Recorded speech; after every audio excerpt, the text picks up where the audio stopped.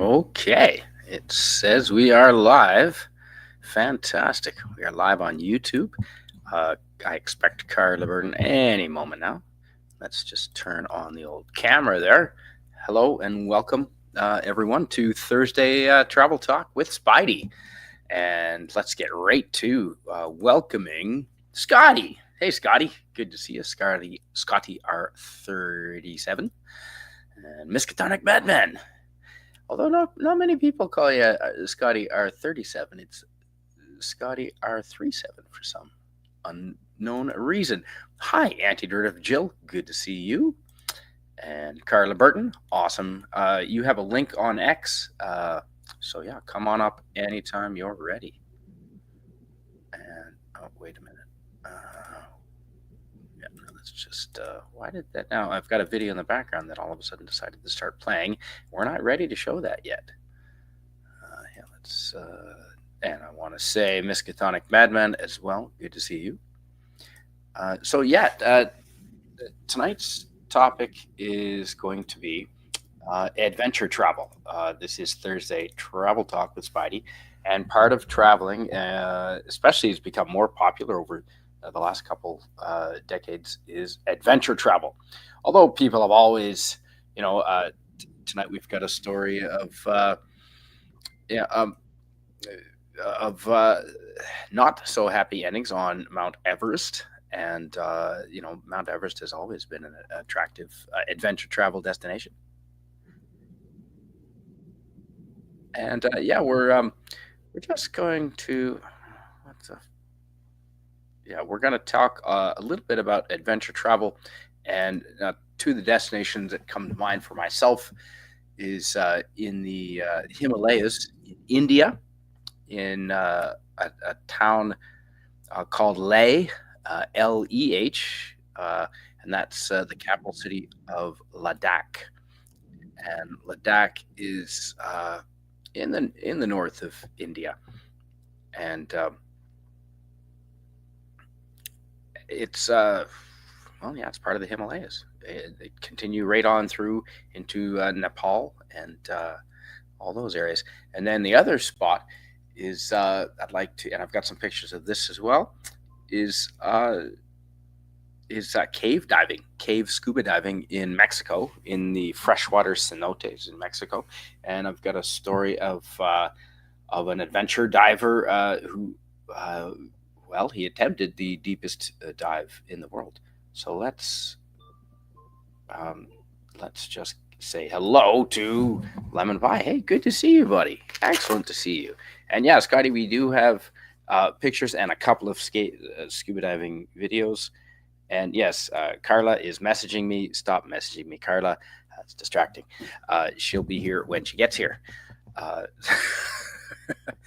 Let's pull up. Let's pull up some pictures here. First, let's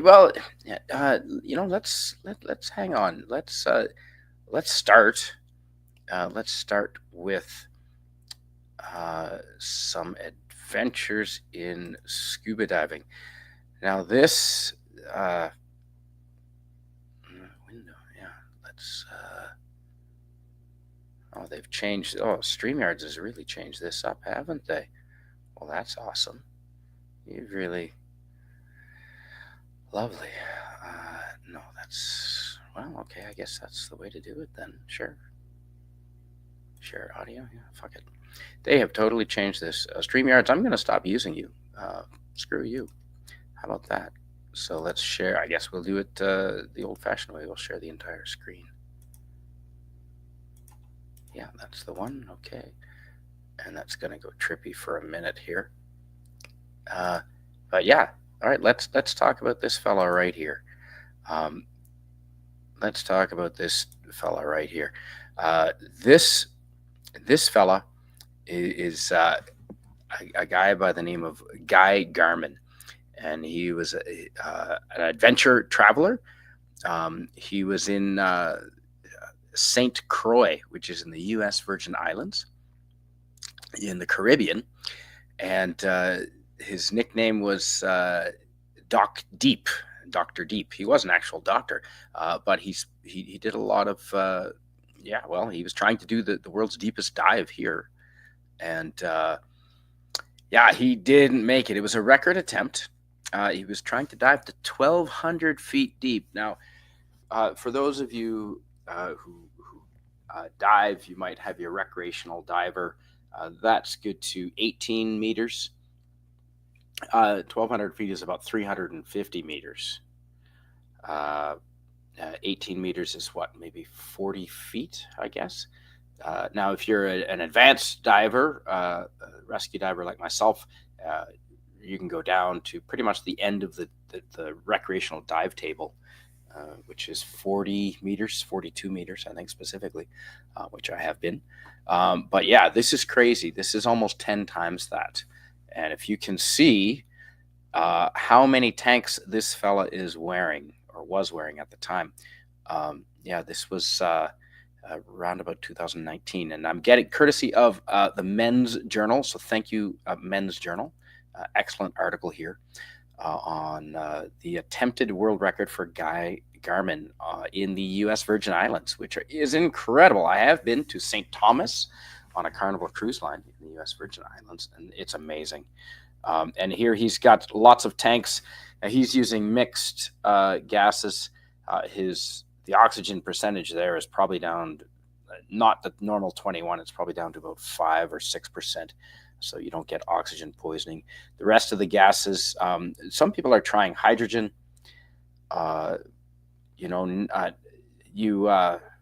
Nitrogen helium mix is also a popular mix for really deep diving.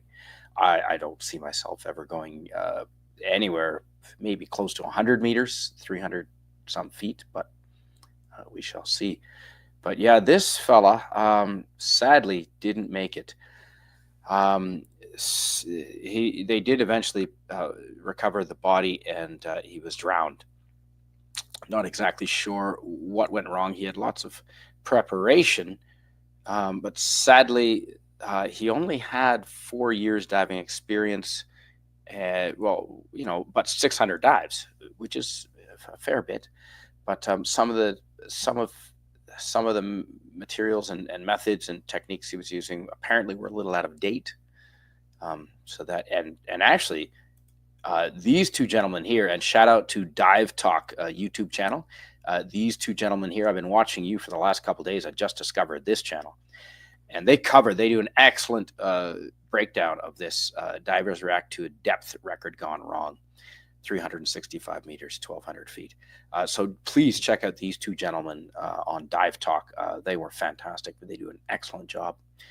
But yeah, a little bit of inexperience, perhaps. But yeah, that is a thing. So sad to see that. Let's see. And we're going to just shut that down. And let's see. Remove that. There we go. And hey, Carla Burton. I always say water is unforgiving and doesn't care. Scotty R37 says, the ocean is as scary as space. Yeah, I believe that.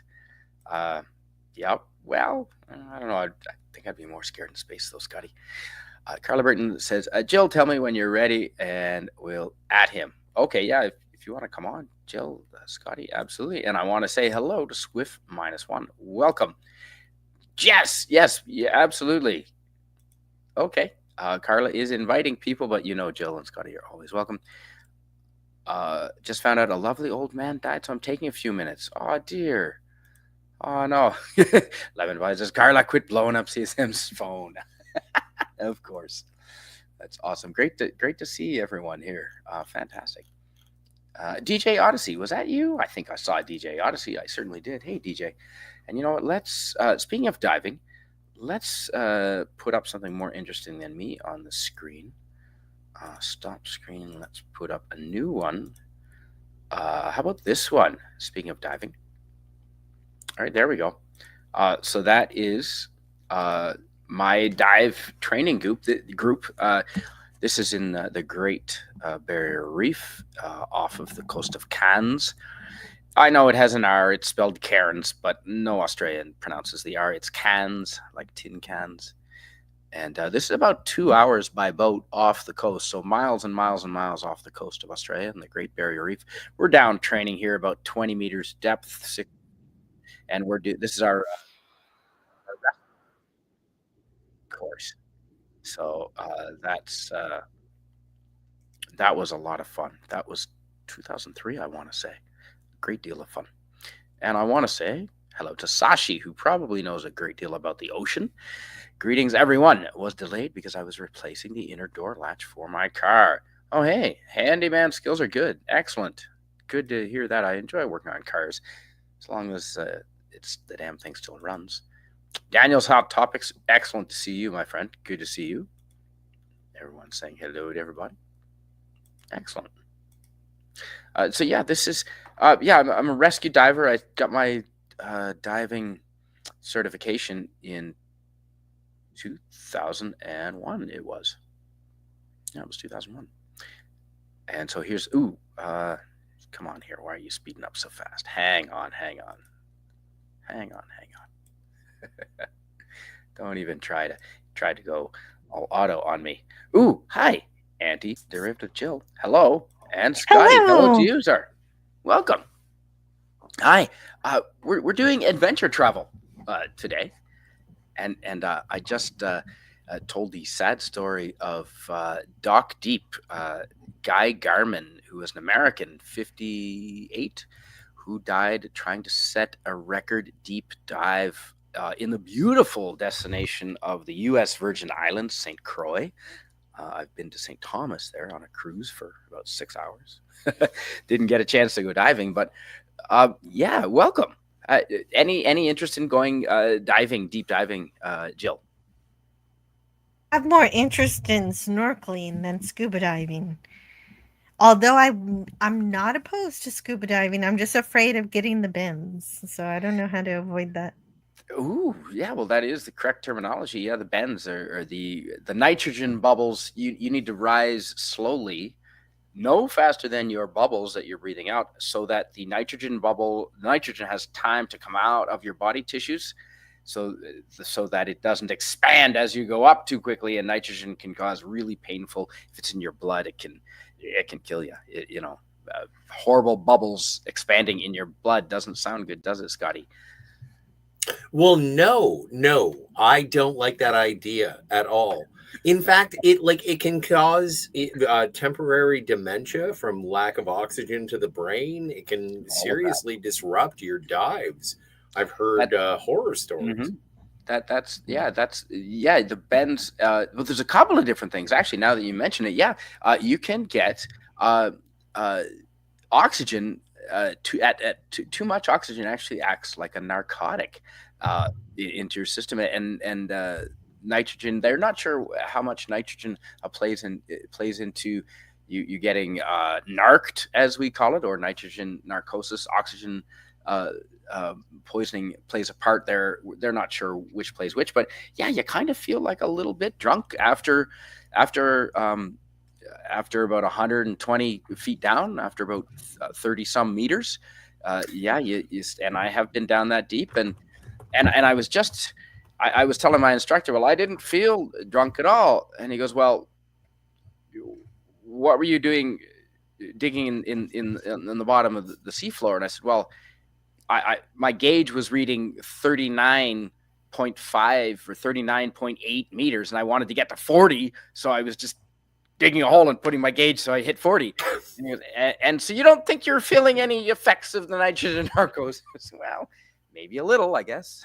Yeah, But and I think that's terrifying. Like in terms of, and as I said in the chat earlier, it's like I think that the ocean is just as terrifying as space, but also I think that the ocean is more terrifying because you can be like completely compressed.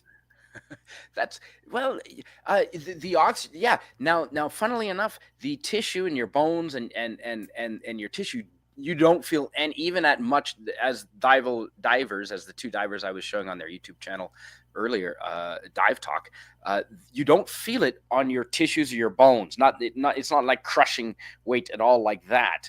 Actually, free divers, when they hold their breath and dive deep down, because they're not breathing compressed air, they can come up as quickly as they can without rupturing or without, because it's the Those compressed guys. compressed air. I know, but they can go down deeper. Those guys are to crazy. How 1,000 deep? feet, Scotty. Yes. Deeper than some of the World War II Russian or German subs and Russian subs. It's insane. And they said they don't feel it on their tissues, but any of your air passages, if you don't equalize, it'll crush your lungs if you don't equalize. Absolutely. And I get incredible pains in my ear if I don't equalize, because I have, because I get hit in the head a lot in my lifetime, and so I have trouble equalizing. So I got to go really slow. Otherwise, it's just the pressure on your sinuses is just killing you. You're right, 100%. Yes, as long as I take lessons, like I know there are professionals who will give me scuba diving lessons, then maybe I'll be professional about it and I'll be happy about it, because I need to know the textbook everything before I actually do it, and I realize the 100%. experience will tell me more than the textbook. But I want both. But Jill, what if you're James Bond and you have to swim from the back end of a submarine to the front end of a submarine, and you're right? You could do it.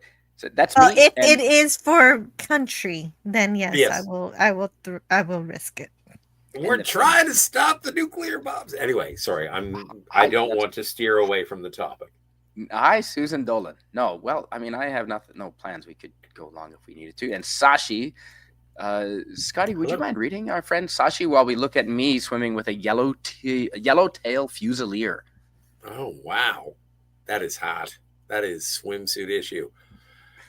Sashi says, most do snorkeling over here, but they are quite a number of scuba divers as well, or two. There used to be a diving store in my town because we're not far from a coastal area. Nice. I envy you. Sashi. Beautiful. And hey, DVB says, yay, 3 of my favorite people on the YouTube on a stream. Yeah, darn right. And Carla Burton seem to be joining us. Hi. Yes. Sashi says, I only do deep dives on stories. That's awesome. So I was in a truck stop in London, Ontario. I did a deep dive in the... No, wait. This is called a batfish. It doesn't look like a bat to me, but it's called a batfish.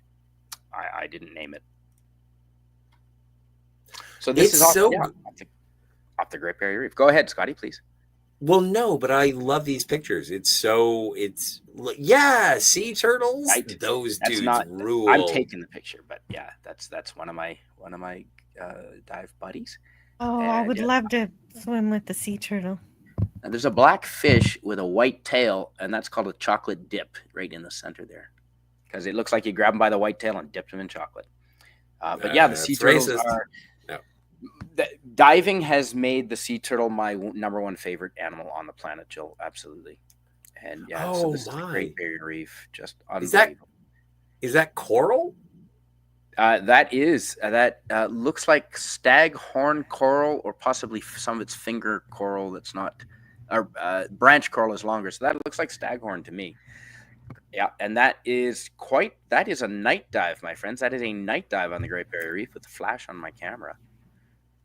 I've done a few night dives on the Great Barrier Reef. Speaking of adventure diving, night dives on the Great Barrier Reef are fantastic, and they're very, very regulated. If you want the top tier, the number one regulated dive spot in all the world, because of its popularity and the consequences if there's tragedy, is the Great Barrier Reef, in my opinion. You go to Cairns in Australia, and they have specific purpose dive training built pools. If you go to Cairns Dive Center, CDC, there's other operations there. But they were top-notch professional. I've done all my training with them, and I will hopefully go back someday and do my dive master training with them before long. But done lots of night dives there. The reef, Scotty and Jill, looks completely different at night than it does during the daytime, because there's different fish, or they change color, and it's like completely different animals depending on when you go. And you only go down to like 12 meters, or that's 36 feet, and you can go without You don't need to do a decompression stop or anything. If you lose your air tank from that depth, you can go straight up to the surface as long as you exhale without the bends, without any issue of the bends. So night dives are Okay. wonderful. When you were doing a night dive, did you notice any sort of bioluminescence? No, I didn't. No, I've seen lots of that on the shores where the waves are splashing. I Mm-hmm. Not that I recall, Scotty. Swimming, yes, but not diving. One time. Oh, speaking of adventure dives gone wrong. Oh shit! This was during my rescue diver training. We'd completed the dive training for on the 3 days, and so the third night was just for fun. It was a night dive, and I had my buddy he's an Englishman, also named Steve, and we'd been training together and got our certification together. And there was, I don't know, maybe 8 other people on the dive, and we're again only we're maybe in 40 feet of water, but we're in the middle of the ocean, way out in the middle of the ocean, and we both go off. We enter the water in a giant stride off the back of the boat. Others are in the water. Well, Steve drops his torch immediately. It wasn't secured to his wrist, and boom, we can see it going down to the bottom. With the bottom, the very bottom is about 30 meters, and we've already been at that depth. Your every subsequent dive has to be shallower. You can't go deeper than you've already gone that day. Okay. So that's the rule. You each dive. If you do 3 dives in a day, they have to be progressively more shallow. So we couldn't go get his light. So we're down to mine. And wouldn't you know it, we're near the end of the dive, and one of the last things we see is a reef shark. I'm not making this up. The last thing we saw with my torch, and we're in the boat. We're going back to the boat. We're getting near the end, and there's a light. They project the light down from the bottom of the boat straight down off the ladder, so you can see you're going towards this. Everything else is dark, but you can see this one beam going down, and a couple other flashlights in the distance from other divers, and we see the shark pass at a distance. It's a reef shark, we pretty sure, and just the silhouette because of the distance. And then my torch dies, my flashlight dies, and so we're both in the dark, and we're close enough. We're aware of each other. We're right there within arm's reach of each other. And we just start going back to the boat. But yeah, the last thing we saw was a shark silhouette. So that was cool. Well, and so I was on the west coast of Australia. I was in a reef. I was snorkeling, and I saw a reef shark, and I absolutely lost my shit. Not literally. I didn't poop in the ocean. No. I farted in the ocean. Yes. As soon as I saw it, and that propelled me back to shore. And then I was told everyone was like, reef sharks are fine. They couldn't care less about you. Hi, Tommy. Hey. Hey, Spidey. Yes. I know I missed the very beginning of your stream. It says the Himalayas with Everest. Where exactly are you swimming here? Is this a particular body of water? At the top of Mount Everest, there is a hot spring. The Great Barrier Reef off the east coast of Australia, off of Cairns. Or Cairns, as this is Australia. Okay, yes, thank this is you. the Great Barrier Reef. And that is a triggerfish. That is a triggerfish. And that is a decompression bar, because we were doing deep dives that day down to 35 or 40 meters, 120, 130 feet. So we at 5 meters down, we stopped for 5 minutes at the deco bar, the decompression bar. And there's an emergency tank of that rope in front of you. There's an emergency tank of air hanging off that as well, with a regulator, just in case you have run out at this point, which you shouldn't. You're supposed to return to the boat with no less than 30%, 33%, 1/3. Otherwise, you don't go diving anymore. But yeah, that's a bunch of fish up near the surface. I just really like that shot. When you're down below, that's from underneath. Yeah. Yeah. Oh, sorry. Yeah. Yeah. I just assumed everyone who didn't scuba dive would know. Yeah. This is from about, I don't know, 15 feet down underneath the water, looking up at the surface of the water and the sun up there and all the fish right at the surface. Yeah, that's amazing. There's a question in the chat for Scotty. Ooh. Lemon Pie wants to know, which ocean did Scotty fart in? I want to no longer swim. Don't worry about it. It was the Indian Ocean, so plenty of people Plenty of Oh people had yeah, farted in it before that me. has been polluted long before and long since. It was a Uh, beautiful coral reef. Don't yay. I have a serious question for yes, Spidey now. yeah. What time of year were you there? And is it better during certain times of year to go? I found the best visibility was around September, October.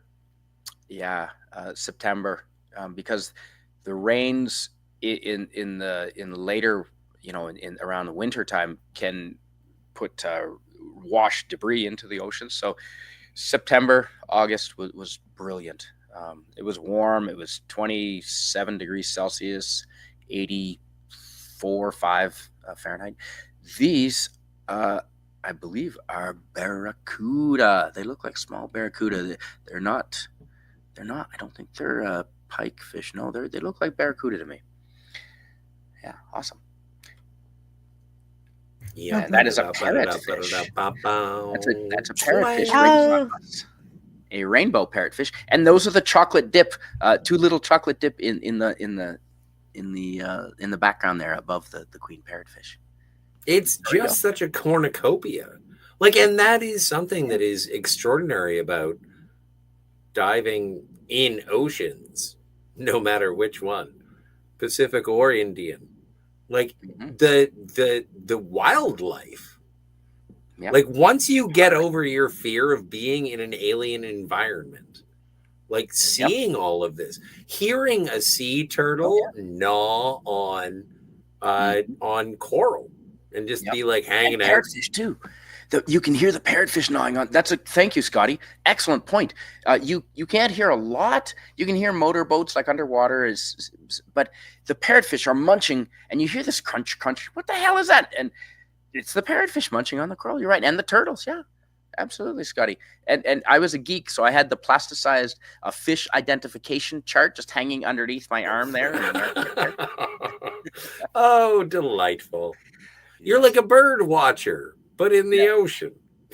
And you got a 50-50 guess because in case someone's in distress and you come upon someone in distress and you need to get them to the surface, what's the first thing you do to a diver who you need to get them to the surface? Any ideas? Anyone in the chat?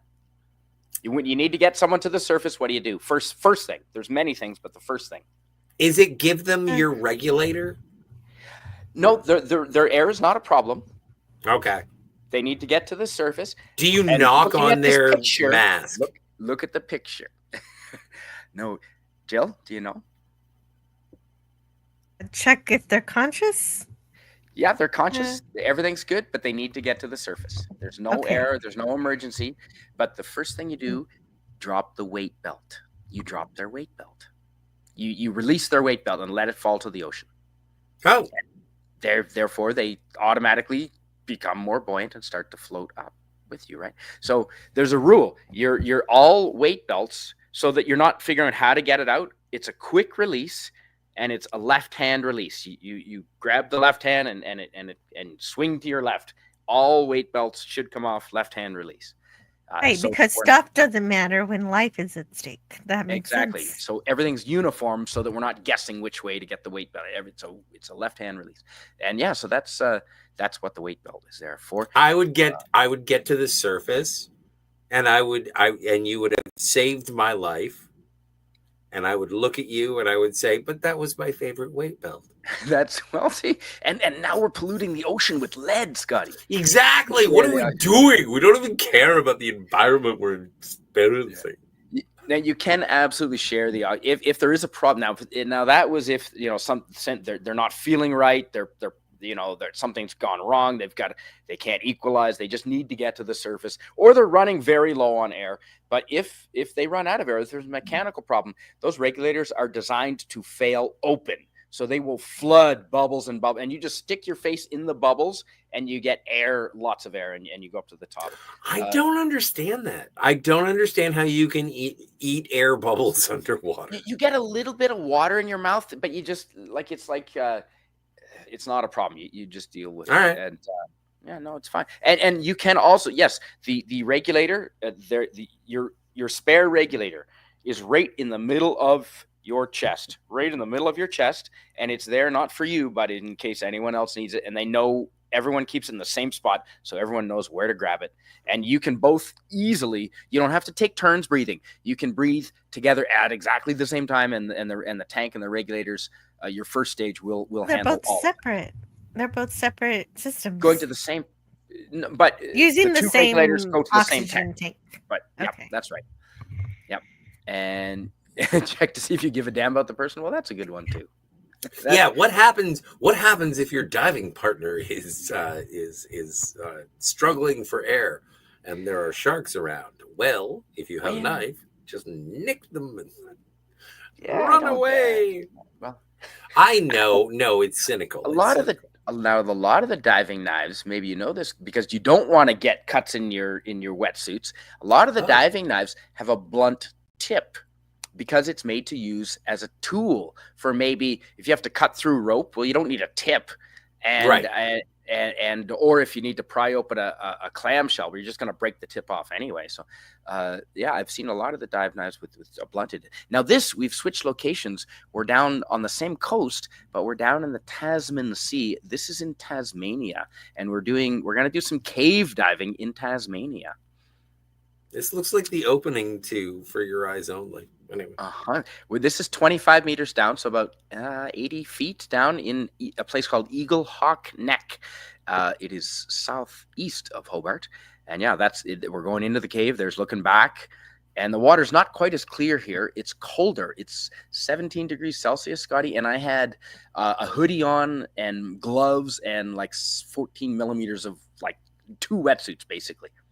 And so here, those are air bubbles and a little bit of debris coming up. And it is dark in here. And those are fish. Lots of little fishies. Well, that's also something in terms of the temperature. Like, you are suited up. Like, it is almost like a spacesuit to protect you from the elements. Have to be. And the deeper you go, of course, the colder it is. If anyone who's dove down in a lake knows. And there's the wall of the cave. And we weren't supposed to touch the walls of the cave because it was a pristine environment down there. And we're swimming about 90 meters in, which is close to, I don't know, 280 feet or so in through the cave system, 25 meters down, which is pretty sketchy. But we all, we had our advanced divers, and this is some of the beautiful coral growing right on the sides of the caves with all the different colors. Sorry, Jill? That's what I was going to ask. Is did you have to do extra special training to go to this cave versus just regular diving? Look, I saw a seahorse. I had done ship diving, wreck diving a couple of times in Perth, off the coast of Perth. The HMS Swan is there. You can go diving there, Scotty, as you probably know. It's a little further south, and in Dunsborough, there's I think that is that where the Perth is. The Swan is Fremantle. It's south of Perth. Fremantle. That's where we need Carla. Oh. Yeah, there's the seahorse. That's what a seahorse looks like. It looks like Eddie Murphy from Mulan. Hang on, this is one of the rarest seahorse family in the world. This is called, Jill, and that is 1 foot long. That is one head, the biggest seahorses there are. It swims horizontally, not upside down vertically. It's called the Weedy sea dragon. Scotty, I like that name, the Weedy sea dragon. Me too. It's only found in 2 places, and Susan Dolan knows it. Susan Dolan got it. Holy shit. How did you know that, Susan Dolan? That is very not common knowledge, to my understanding. I had Susan Dolan dated a sea dragon in high school.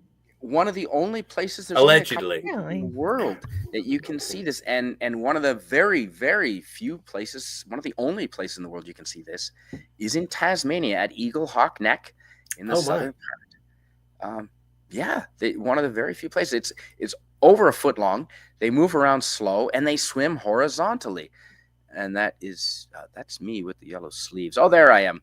So we're pretty far really down. Cool. Kind of looks like they're kind of camouflaging with the sea, like the seaweed, and that's why they're also weed. Okay, I get it. That's right. Yeah, and because he had really leafy fins. Oh, Oh dear. Sashi says not to be confused with the CDC dragon. It is a big seahorse lemon pie. Yeah, relatives. Oh, and Jill, would you mind reading this from our friend Susan Dolan? Susan Dalton says sunshine only goes so far down to warm things, and not at all in a cave. That's true. And I think DVB is a big fan of the batfish. Scotty, do you mind reading this one? Quick, Robin. Use the quick bat weight release that will release the bat weight belt. Exactly. I'm assuming he's got some bat ninja stars on there. If He they run has out of to. air, you better hope you like him. True, Tommy. That is absolutely true. But you can also get something called a little pony bottle, and you tuck it in one of your pockets, and it's a little, basically a little like a small fire extinguisher size or bottle of air, and it'll get you an extra 5 minutes. Or if you need to ascend, if something completely shits the bed and you've got no air, no one around you, you've already done four things wrong. But is it like a bat or like a James Bond rebreather? It is. Bingo. Well, it's not a rebreather, but it's a yeah. But they do also have rebreathers. But this is basically a mini oxygen bottle that'll get you up to the top. Huh. Yeah, that's rad. Yeah. The level of technology that I would be like, it would take a lot of training. It is like a spacesuit. It's fun. It wasn't that fun. I'm just saying. I would be like, okay, I'll go skydiving today. I wouldn't say don't be anyone intimidated by. Jill, would you mind reading this from our friend Susan Dolan? Susan Dolan says, watched a lot of National Geographic and Mutual of Omaha wildlife shows as a kid. The Wild right Kingdom. On, it shows. With Lorne Green. Lorne Green is so yeah. No, that was New Wilderness. Oh, it was New Wilderness. You're right. Anyway, keep going. Right. I'm sorry to interrupt. No, that you can see the amount of rubber I'm wearing there, the neoprene rubber. Yeah, it's 14 mils, so you got a 7 mil base and then a full suit over top of that with an additional 7 mils. 6 mils is 1/4 inch to our American friends, to give you an idea. But they measure wetsuits in millimeters because I think they were invented by the French. I'm not sure. Ooh, now we're not allowed to call them a starfish anymore. The Australians say that is not politically correct. Scotty, do you know what we call them now? Seriously? What did they change the name? A sea star. It's a sea star, not a starfish. The fuck is this, Sailor Moon or something? It's not because it ain't a fish. It's a sea star, according to the Australians. Oh, it's not a fish. Is this like a Pluto thing? It's like, Pluto's not a planet. A starfish isn't a fish. That's bingo. Yeah. All right. That's it. Yeah. So this is a Tasmanian on the bottom of the sea floor there. And there I am again. Yeah, it's quite dark down there. Oh, and so can I'll just call it a star polygon if we want to really be. So did they cut out and find the Kittner boy all over the dock? Well, we were unloading our boat from our dive just back to the dock at Eagle Hawk Neck in Tasmania, and a local fishing boat was offloading this mako shark. And we were asking, whereabouts did you find? They have been, now they're not super dangerous, but once in a while, mako sharks have been known. It's not unheard of for them to bite a human. But yeah, that was found not far from where we were diving. Yeah, so there you go. And so, yeah, there's no forklifts here. The boys just pull her on up. But yeah, that's a Tasmanian coastal shot. If anyone wants to know what the coast of Tasmania looks like, I do enjoy.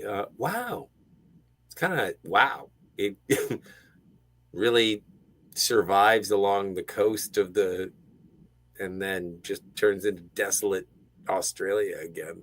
Mm-hmm. Yeah, Tommy knows makos are nasty. He says. Now, mako's also one of. Are they delicious? For fish and chips? How did you? You read my mind. They are. Yeah. Makos are tasty. And thank you, Parrothead, dropping links to the wetsuit. That is awesome. That is fantastic. Now, did you guys hear about a Linnea Mills tragedy in it's a Glacier National Park, I think, is in Montana, in the biggest lake there, McDonald, I think it is. Yeah, she was diving with a dry suit, which is, if anyone that has watched Arnold Schwarzenegger in True Lies, you can wear a tuxedo under the dry suit because it's completely dry underneath there and watertight. But you're supposed to have an air hose, not only for you to breathe in, but another little minor low pressure air hose that goes to your suit, connects on a valve. Well, her instructor was just brand new and she had no dry suit training, and she had just gotten this secondhand and it didn't come with that little low pressure hose. So her instructor said, "Oh, don't worry about it. You don't need to inflate your suit. You can just use your vest, what all scuba divers use, our buoyancy control device, a BCD, and that will float you." Well, except the dry suit also, if you pump air, you're in. Have you seen those vacuum bags where you can seal up a lot of clothes and it shrinks it right tight when you put the vacuum onto it? Well, that's what happened to her, and she couldn't breathe and died, sadly. Yeah. No, Yeah. that's terrible. Yeah, that was in 2020, I think, or 19. Yeah, she was 19. She wanted to be a marine biologist, and her instructor. Yeah, there's lawsuits going on, big lawsuits, but sadly, Well, there was inflate your dry suits, folks. Just to digress for a moment, and I hate to hear about a failure of double checking your equipment, but there was a guy who was doing video tapes of jumping out of airplanes, like skydiving. Oh dear. And one day he was on his, and this was he had done like 800 jumps, and it was his third jump on a Saturday, and he was just tired. And he was like, "I don't really want to, but fine." And he jumped out of the plane, took the photo, like did the video camera. Now this was in the late 90s. And so it was like a big harness and everything, and he had a backpack, and so he's watching the tourist, and then he goes to pull his cord, and he's like, "Fuck, forgot, I don't have my parachute on." So, and they've already yanked. You're the last one to pull the suit, so you're the last one. You're the last one. Oh my! They have the tape, and his last words were like, "Oh God, no!" And they recovered the video. Damn. Anyway, so what I'm saying is that you have to check your equipment every time. Yeah, and if someone says it's fine, ask for a supervisor. Yep, and if there's any problem, do not go down saying, "Oh, I can deal with it." No. If there's any problem with your gear, you don't dive. Sorry, Joe? Yeah. You were saying, Joe? Jill died in a horrible parachute. No, I'm accident. sorry. No, yeah, I did. I decided to jump out of an airplane without checking that I had a parachute. She has the bends. I think it's important. Teamwork is extremely important, even if you're experienced, in order to have more than one person go through the checklist. Yep. Yeah, it's a buddy check. Oh, Parrot Head. Damn, you are wrenching it up in the chats with the wiki leg peek to the dry suit. That is fantastic. Yeah, nice. Linnea Mills, folks. She's the poor girl that well, you know what? But the regulations have changed. Now, that was a PADI owned operation. PADI is the biggest diving system in the world to get your instruction through. But it's franchised out, so each dive shop owner owns that business. And PADI, it's sort of like McDonald's, like they do regulate them, but some franchise owners are incredible, like Cairns Dive Center, CDC in Australia was a PADI certified system. They were top notch, most professional in the world. Some operators are not, and yeah, so you got to do your buddy checks. Absolutely. Now, does anyone know in the chat or either on the panel, what type of fish are we looking at in Tasmania? And we're just about done with the Tasmanian underwater scuba diving photos. Well, but we're kind of just looking at his butt. I'm not sure. Yeah, because they swim away. Oh, that's better. It's kind of, well, the shape might give you away. Boxfish. That is a boxfish. A I'm not sure what kind, boxfish. but Okay. it is a boxfish, and it is butt. Yeah, but I did like his tail, and I like taking pictures staring up under from underwater up under. Like I like the bottom, the underneath of the waves, the underside of the waves for some reason. It just looks cool the way that the light reflects off it. But yeah, there you Yeah. go. And there are tons of fish in Tasmania, little tiny ones. And okay. So this is back on the Great Barrier Reef, and actually I've got the guy's head there. I'm on the very left. This is actually in the middle of doing our rescue dive training. So this is our poor victim who was pretending to be completely incapacitated. And so we grabbed him off the bottom of the ocean. We dropped his weight belt first. Then we inflated his BCD, his buoyancy control device, his vest. We got him up to the surface slowly, but quickly as possible. No faster than your own bubbles rise. And then we floated him, and we were made to swim him in the middle of the ocean around the boat. And it's a large boat. There was 20 of us living on board, including the crew and learning to dive. There was about 12 of us. And we had to swim him around the boat twice in the big, 2-foot waves. He swallowed so much water and got it up his nose. He was a good sport. Yeah, Salt water? How did he do that exactly? Well, For we training? all for rescue. Yeah, this is our rescue diver training. Yeah, because I'm training to be a rescue diver, and I did pass, although he damn near choked. But yeah, that's rescue diver training. One of the things, and we weren't allowed anytime there was an emergency. We couldn't have, like, when he was, we couldn't have someone yelling help, help. Like our code word was pizza. You have to you have to use a code word because you don't want the boy who cried wolf. Well, yeah, Right. exactly. You don't want someone. You don't want the Coast Guard or whoever, the Australian equivalent, to come over when nothing is actually happening. Well, or the rescue divers like we had legitimate rescue divers who were already certain, like safety people on that boat in case something goes wrong during the training.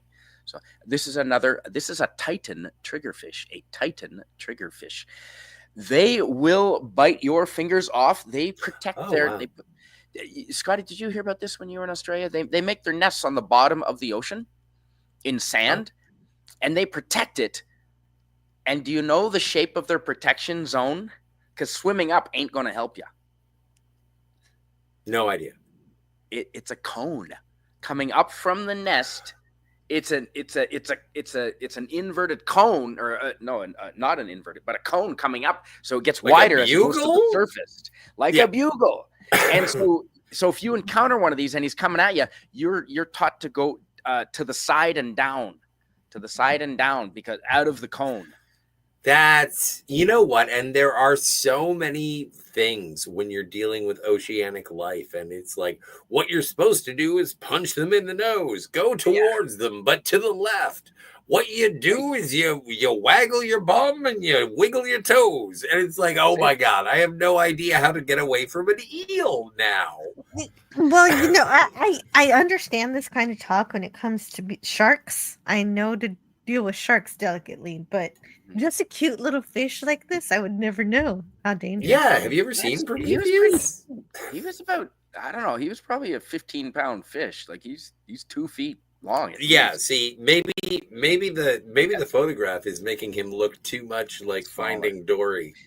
Well, and this was a disposable, again, this was 2001, so a 20-year technology disposable underwater camera.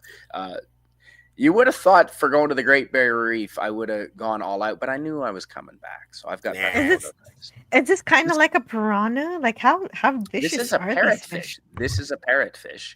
No, piranha are tiny and they will keep eating you in mass like a wolf pack. The Titan triggerfish will just like bite your digits off, like a finger at a time. Slowly. Yeah, slowly. Okay, so that looks like that is the end of the scuba diving portion of the show. All right, well, I have to go to the washroom, so because of all this water. Yes. Although I did have, if you go to my channel on YouTube, I do have a quick little. Jill, would you like to see a short little cave diving video You in said you were Mexico? going to show videos. Show some videos. I want to see. Okay. Let's see. I had to. There we go. So this is my own channel, and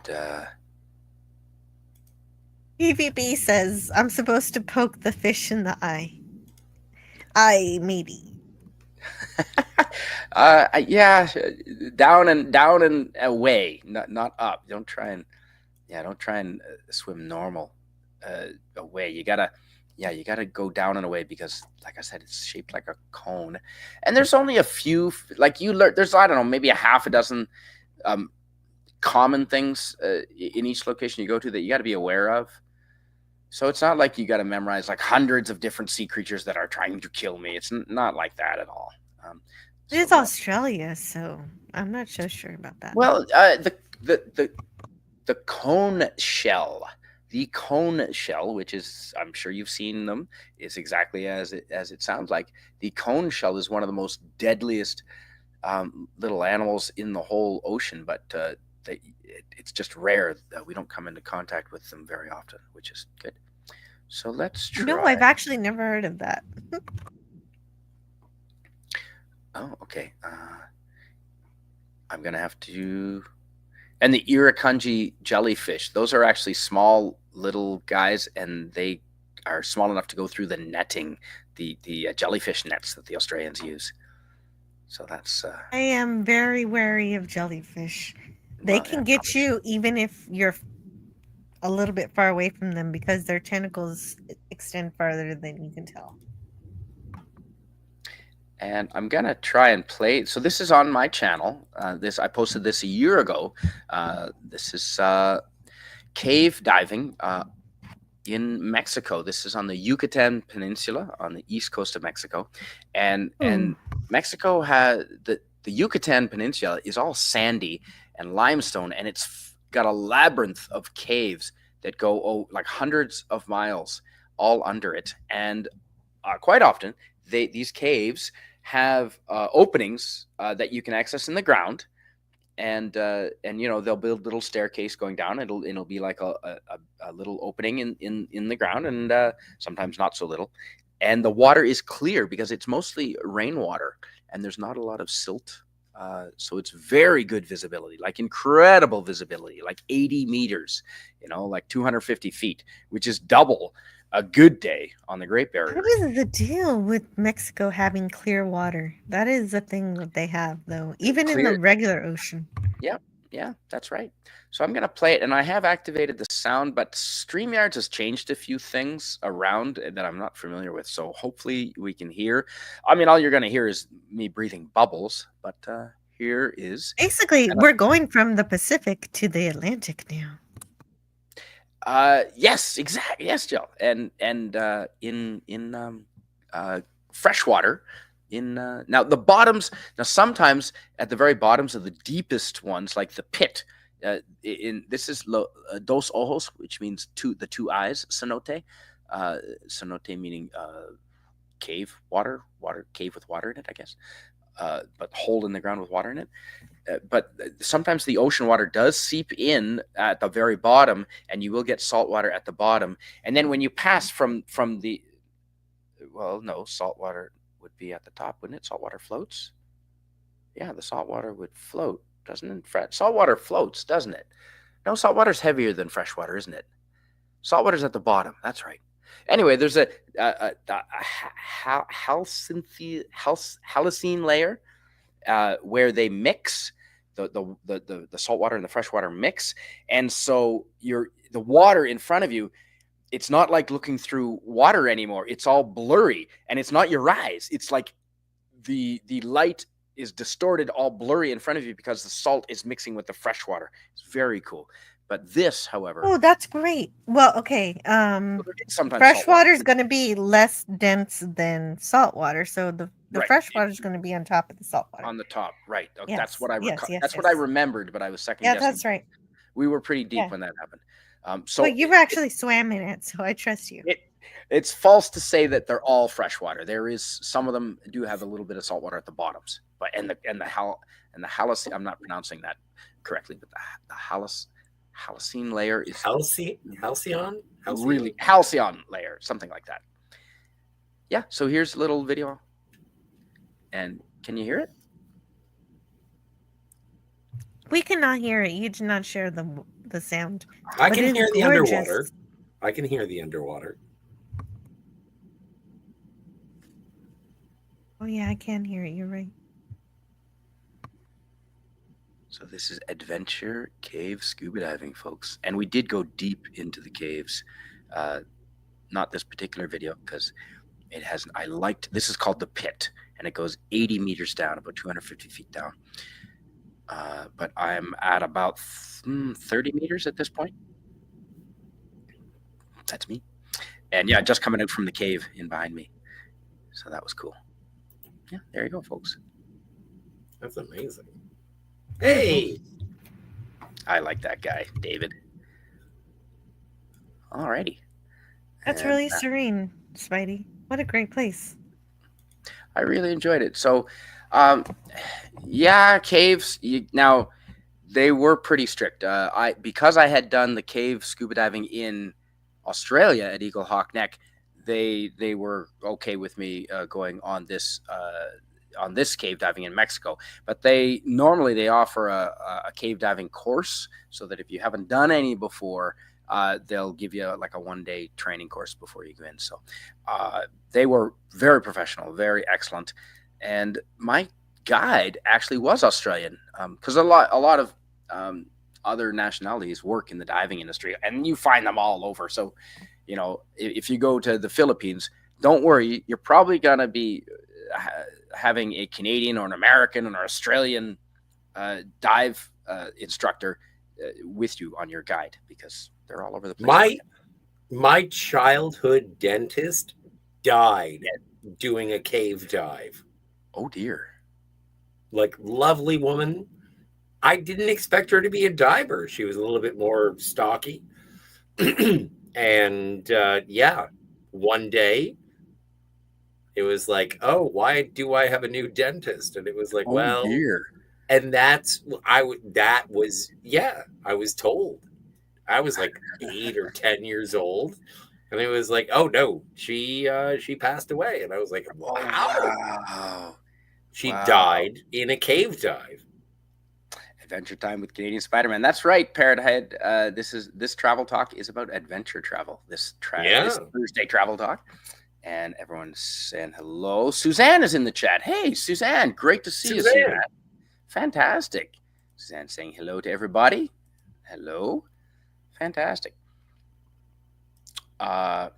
Yes, in addition to the bends, one can also get the vapors underwater. Yeah, you can get the vapors. The vapors. You poke him in the eye, DVB. Yeah, as a last resort, absolutely poke him in the eye. Yes, salt water is more buoyant, but that's why it's more buoyant. You float because it's more dense. Bingo. Exactly. So we're saying the same thing. There we go. Now I do. And Spidey, I want to ask if you found this the same as well. Is like when I went snorkeling for the first time. I haven't been scuba diving, but when I went, it was like clear water on a beautiful beach, and then there was just like an oceanic shelf that went down. And I did that. And even when you go into it, and just speaking into what was just said, you're cold for a moment, but because the water is so salted and because the sun is beating down on it, it very much becomes sort of room temperature very quickly. You get chilly for a bit, but it does engulf you in terms of the temperature, like a little envelope sometimes. And Yeah. Oh I yeah, yeah, have yeah. I And have not gone just scuba diving. pee. Well, no, I was just going to say I have gone scuba diving on the Great Barrier Reef on some of the warmer days without a wetsuit at all. So just your bathing suit, your weight belt is around your belly, and then your vest, your buoyancy control device, your BCD vest with your tank on you, because that's what you strap your tank to. It's got a metal plate that you strap your tank to.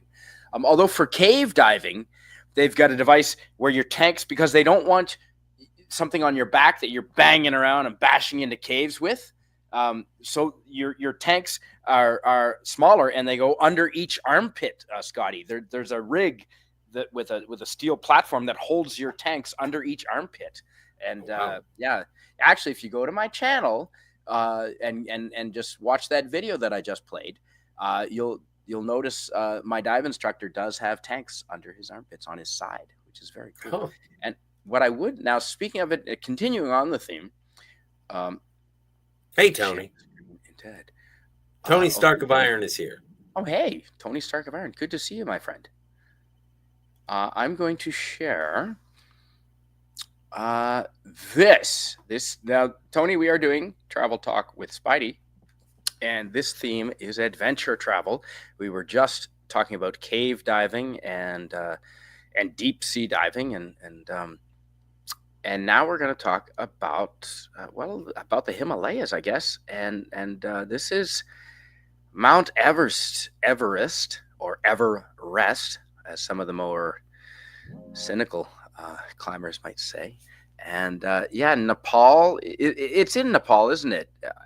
Does it share a border with? Is all of Mount Everest in Nepal? Do you know, Scotty? I don't know the geography of Mount Everest itself. I do know that the Himalayas do traverse a lot of Asia. So They it at goes least, goes yep. from Vietnam to China to Nepal. India. Yep, which I'm about to show you after this little story is yeah my pictures from Nepal. Not Nepal, India, in the Himalayas, which, yeah, like you said, do go right across in, into Nepal and into China, and I don't know where else. That's a good question. Vietnam, dude. I was on the border. Yeah. Oh shit. Okay. There you go. Now I would like Sorry to. for That's yelling. not the right one. So yeah. So this is Mount Everest, and this is 8,848 meters, which is 29,000 feet.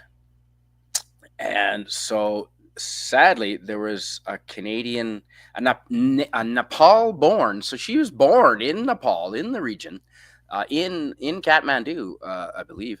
But she moved to Canada, and so she was Canadian Nepalese. Her name was Shiria Shachlorfine.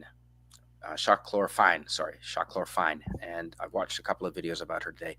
Now, sadly, she died climbing Mount Everest in 2012, May 19th. And she was only 33 years old. And she photoshopped herself in front of Mount Everest there, so that's not That's a legit picture. But special yeah, effects. yeah, here. There she is. That's what happened to her. That she stayed like that with the Canadian flag wrapped around her for years, and I don't know that she has been recovered. But people, that's right on. Those are the climbing ropes right to the left there. So when you climb Mount Everest, you would have been walking right past her, as she would have walked past previous climbers that have died the same. So yeah, here she is here, and now this is a YouTube channel called Extreme Edge, and shout out to Extreme Edge. Please do go check them out. They have very cool, all kinds of extreme sports related content. Really a shout out to these guys, and this is fair use. We're just going to briefly show a couple of clips here from their video. I believe they were Yeah, that's the summit of Mount Everest right there. And this is her. Uh, just she had just summited the mountain. Now, unfortunately, this is about 5 p.m. and the golden rule on Everest, Scotty. Do you know what time? Perchance, do you know what time you're supposed to have summited and be on your way back down for Mount Everest summit? You got to get home for Wapner. That's right. Noon. Yeah, but if noon or 1 p.m., if you're not on your way down, you're, well, yeah, But that's you end I up like that. can't imagine. I can't imagine You know? being at the top of Mount Everest, and if you look at it, and you can Yeah. see almost the separation of the atmosphere and outer space. Yep. Yep. That's sad. Yeah, it's sad. Well, no, but it's There something she that I is. would want to see. It is, but at the cost of your own life. Here she is, No, about well, 5 hours before she dies. And I'm not. Yeah, you can see the video for yourself. Go check out these guys, folks. Extreme Edge, Woman of Everest, and there she is holding up the Canadian flag, and here she is, very much alive, but sadly, she had used up almost all of her oxygen at this point. And what people oh, don't understand is when you're at the summit, how far along are you, Scotty? If you've reached the summit, halfway. Well, you you got to are get all the way back half. down. You're halfway Yeah, there. you're half. And so if you've used most of your oxygen, well, it's not going to end well. Yeah. Well, you need Sadly. a really good GT snow racer. Oh, well, look at that. You'd die. Yeah, I would die. You'd die. I would die. You'd die. So what I would like to show now here on a happy note are some of my. Now I didn't take this picture. This is this is from Media Traveler. So thank you for their picture. But this is the little town of Leh, Leh, that I in Ladakh in the Indian Himalayas that I was telling you about before. And I stayed for a few nights here, and I was able. Now this town is at 11, pretty near 12,000 feet, 3,500 meters in elevation. So you can get elevation sickness here, altitude sickness here. Which Can I ask you a personal question? Yeah, I was going to ask. Did you happen to meet a nice Himalayan lady? And what is the coitus like at that elevation? It's fun. Hey, first I want to say hello to Wes Cagle. Thank you for being Cagle. Here. And Stark of Hi, Iron. Wes Cagle. And William Shakespeare. Holy crap. Hey! And William Shakespeare. To answer your question, and I will address the chat more quickly here. To answer your question, Scotty, yes. You did get the coitus at this elevation. Well, no. What? No. I want to know what sex is like at this elevation. I did meet a lovely lady. Yes, but no, we didn't do that. She was English and she was 19, so she was a good 12 years younger than I, and she was a lovely lady. And so I didn't want. No, we didn't do anything like that. You're a respectful gentleman. I'm a boor. Well, allegedly, but. So that in that town, so I'd been in India for I was in total about a month, and after about 2 weeks of going through the big cities, I was losing my goddamn mind, going nuts. Just get away. So I had to get up to the Himalayas, as far away from the cities of India as I possibly could. And so you can fly into Leh, which I did. I flew in, and it's one of the most incredible flights and views. Actually, I should put that video on my channel if I can find that. Incredibly, because you're flying amongst the Himalayas and landing in the valley in a low part, and yeah, it was just incredible. It's like hot. So, let me please show you a little bit. Do you want to see pictures instead of looking at us? Chat, probably. Well, yes. Share screen. There we That'd go. be good. Oh. Who's that guy? Yeah, that's me. Oh, hey, hang it. I didn't say go yet. What are you doing? Stop. That's my ex-wife. That is a camel, and Yeah, I know. that is the Great Thar Desert in Rajasthan in India, which is well, it's in the west of India, and so the Himalayas are also in the west, but they're in the north.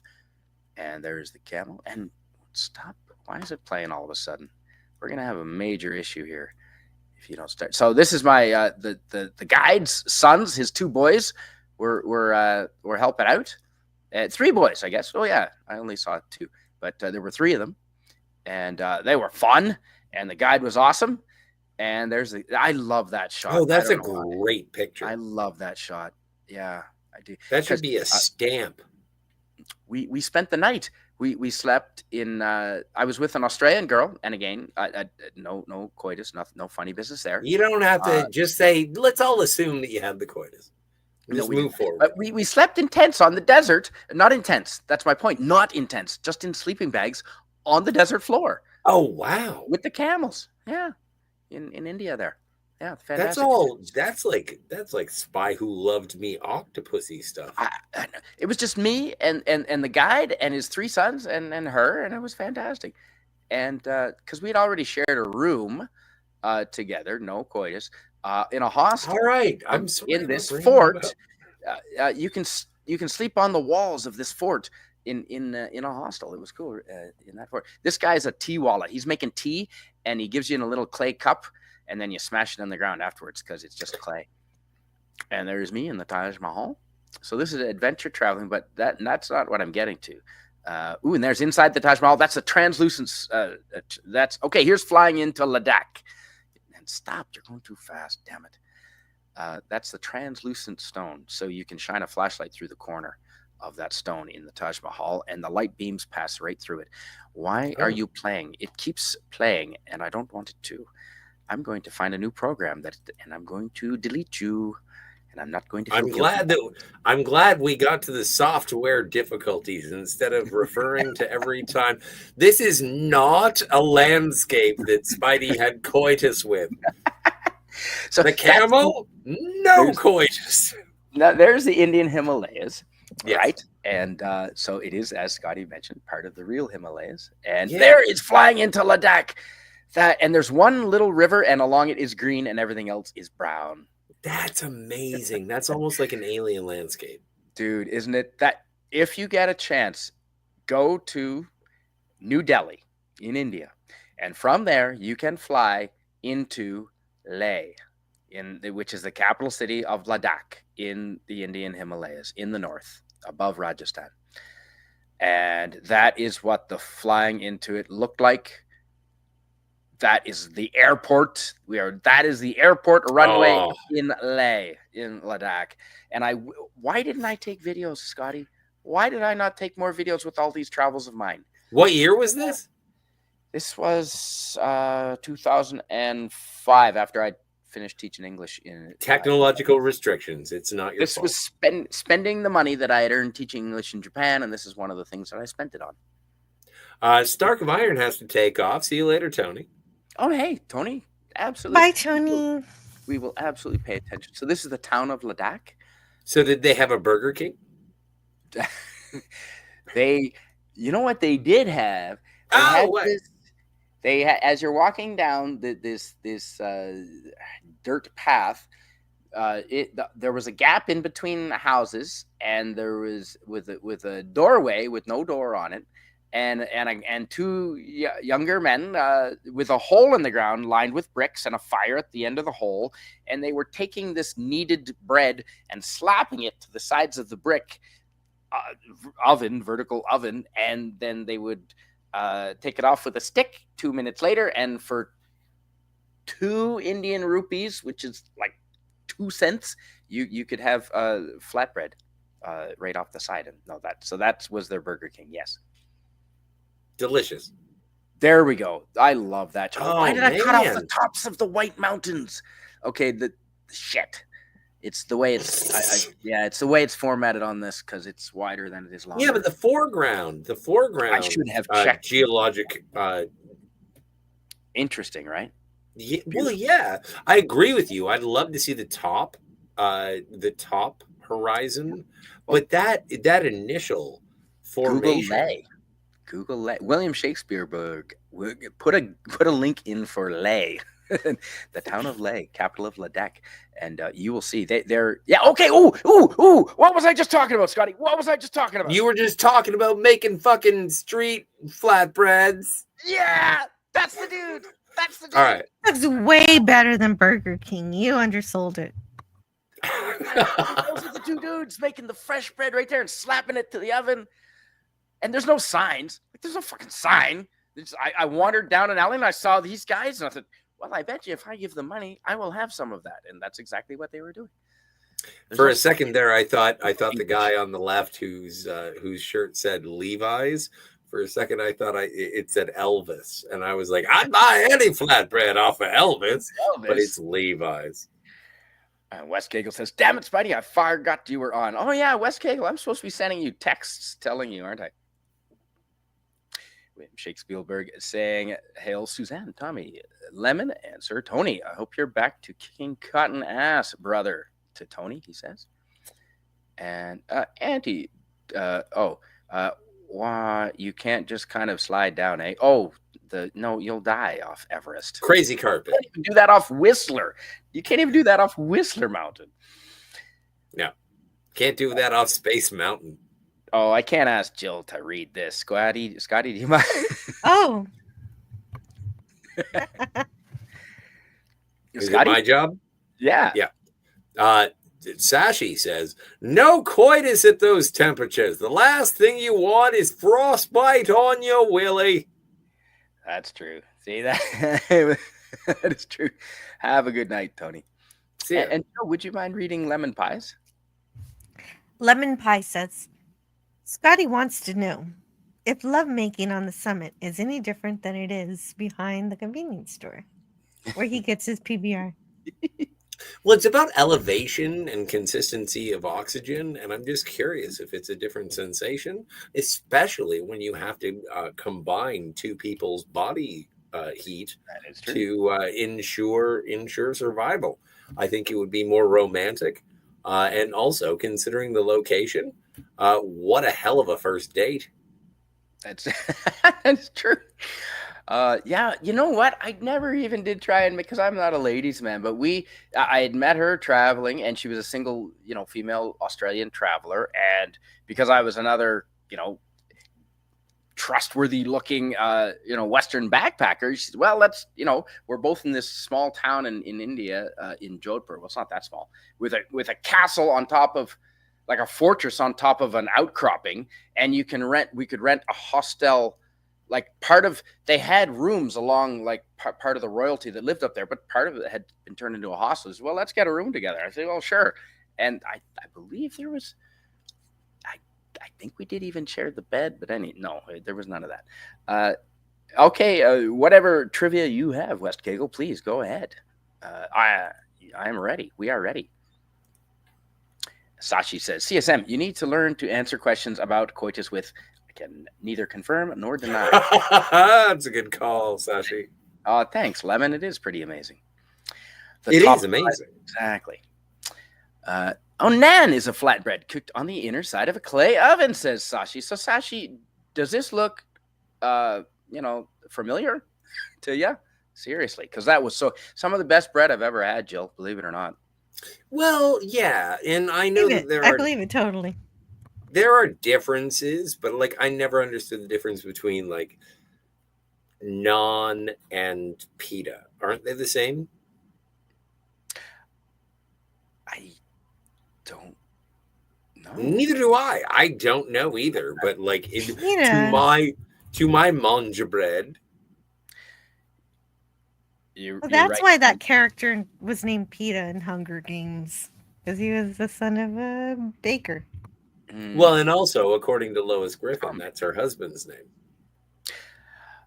Tommy and the Guinea Pig Collective says fast food, for the most part, is not even food. That is true.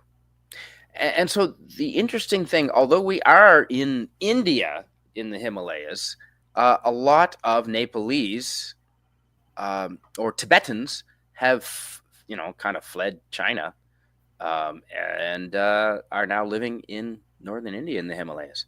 Because it feels like home to them, right? And there's me with a lot less hair.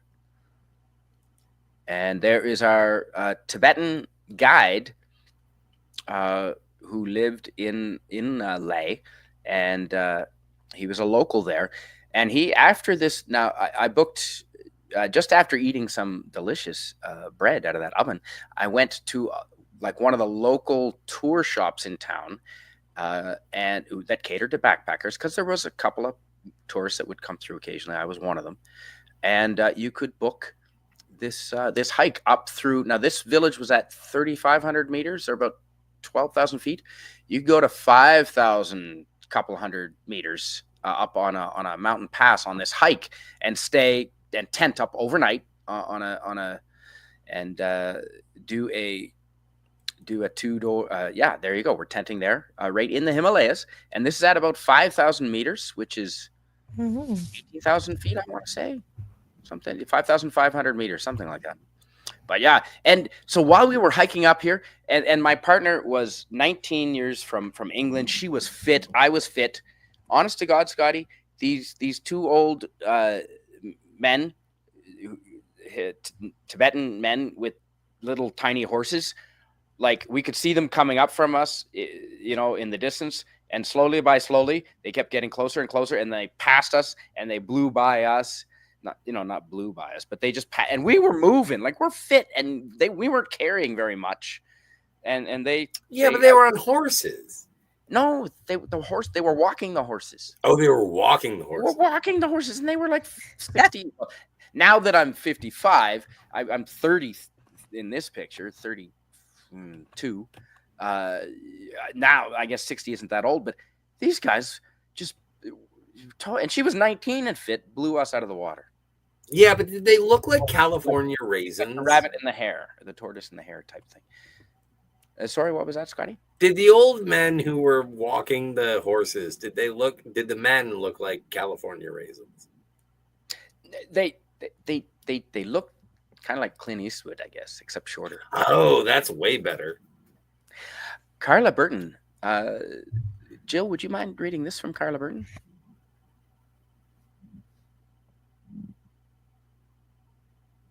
Oh, hello, Jill. Carla Burton says, Hey, everybody. Sorry I couldn't make it tonight, Canadian Spider-Man. The old man's death hit me harder than I thought. Thanks, Jill and Scotty, for being awesome. Thank you, Carla Burton, for all your support, and even being here. No problem at all. I literally got the text when I was hitting the StreamYard link. Oh shit, Carla. No, of course. Don't even think anything about it. Of course not. I'm so sorry for your loss, Carla. Yeah, hopefully we can take your mind off it a little bit. But yeah, of course. Yeah, this is for fun, and so if at any time, for any reason, if you got a hangnail, don't worry about it. Hey, Carla, what was the highest elevation that you've ever made sweet love? Wes Cagle. Is it Scotty? Do you want to read the trivia, please? I would. Wes Cagle says the Canadian Spider, and okay, here's the trivia. Does anyone know why they call that spot on the map the Hillary Step? Yes, it is not because of Hillary Clinton.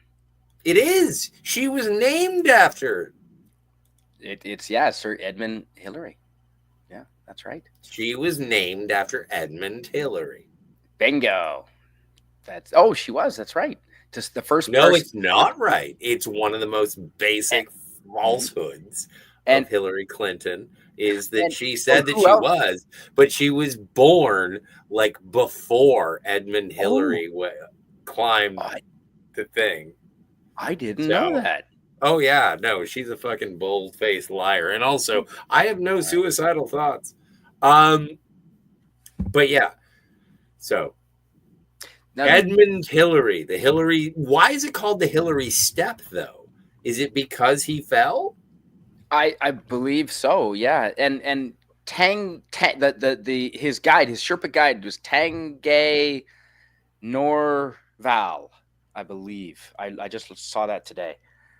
I'm gonna try this without the Bluetooth and see if there's an echo. Hopefully, there's not. But I think that's what was messing up with the And this is video. a wait. Go back. Go back. Go back. Go back. Oh my God! I was gonna say something Yep. mildly. I don't know. If you want to go healthy, If go on the No, guinea. you don't you had know, you, skip it. you had a behind the scenes shot from Yes. Indiana Jones and the Temple of Doom. It's It was funny. a blonde woman and an Asian boy in a baseball hat. That was our So- guide. He was older than that's I was fine. at the time. I wish him We well. were I about hope the he same. survived. But now after this hike, he invited us back to his place because he was having a get together with a couple of friends, and she couldn't go, but I attended. And he lived in like a third world hut, and we were eating, and he had good food, and he made good money because he got tips from tourists occasionally, right? But the food was good, but it was basically like a earthen floor, dim. Like I think we had candles for light because there was no electricity, and he certainly didn't have a generator. And as did a lot of people in town, candles for light at night. And we were drinking beer and having food in his little wooden, how you saw the house, Home. and so the bathroom, you'd go outside, you'd go out and enter this other little mud hut, and it was a one-story. It was elevated because it was a one-story drop into the toilet pit, and literally there was no porcelain. It was a hole in the ground, and you had a candle, and that's where you went to the bathroom. It was very But humbling. But he luckily, was so. But he was so generous to invite me over to his house and feed me, and we had what was beers. the toilet paper? Well, I had toilet paper with me. You always carry toilet paper. Oh, okay. Always carry toilet paper in India, Scotty. Always, because you will get the runs. And speaking of high altitude, Peru. Yes. Peru is another place that has the Andes Mountains, which I've been on, to Machu Picchu, and that also is a video on my channel, folks. But Tommy, do you know what they do eat in the high altitude areas of Peru where they can't or they don't raise traditional? I'm talking traditional cows and horses. They raise Pussy. guinea pigs to eat. I was Oh. It's spelled CUY with a little accent above. Have you ever had it? It's called koi or kai. Yes, I have. A lot of bones. How is it? A lot of bones. It was good. It A tasted lot a of little bones. bit, a little bit, not like chicken, more like pork, but a lot of bones. Yeah. Ah, Kind of like rabbit, I guess, but not All so right. greasy. Not as greasy. Yeah. you know what? I don't very often get turned off by the taste of flesh. I often get turned off by the amount of bones or cartilage. Bingo. Same like fish too, like perch. Same Yeah, reason. yeah, yeah. Jill, do Like you I agree? like it, but I don't know how to bone it. Yeah. Sashi says pita rises more, I believe. Naan is a little more dense. Okay. And hello, That Big makes Dave sense. K. Welcome to you, Big Dave K.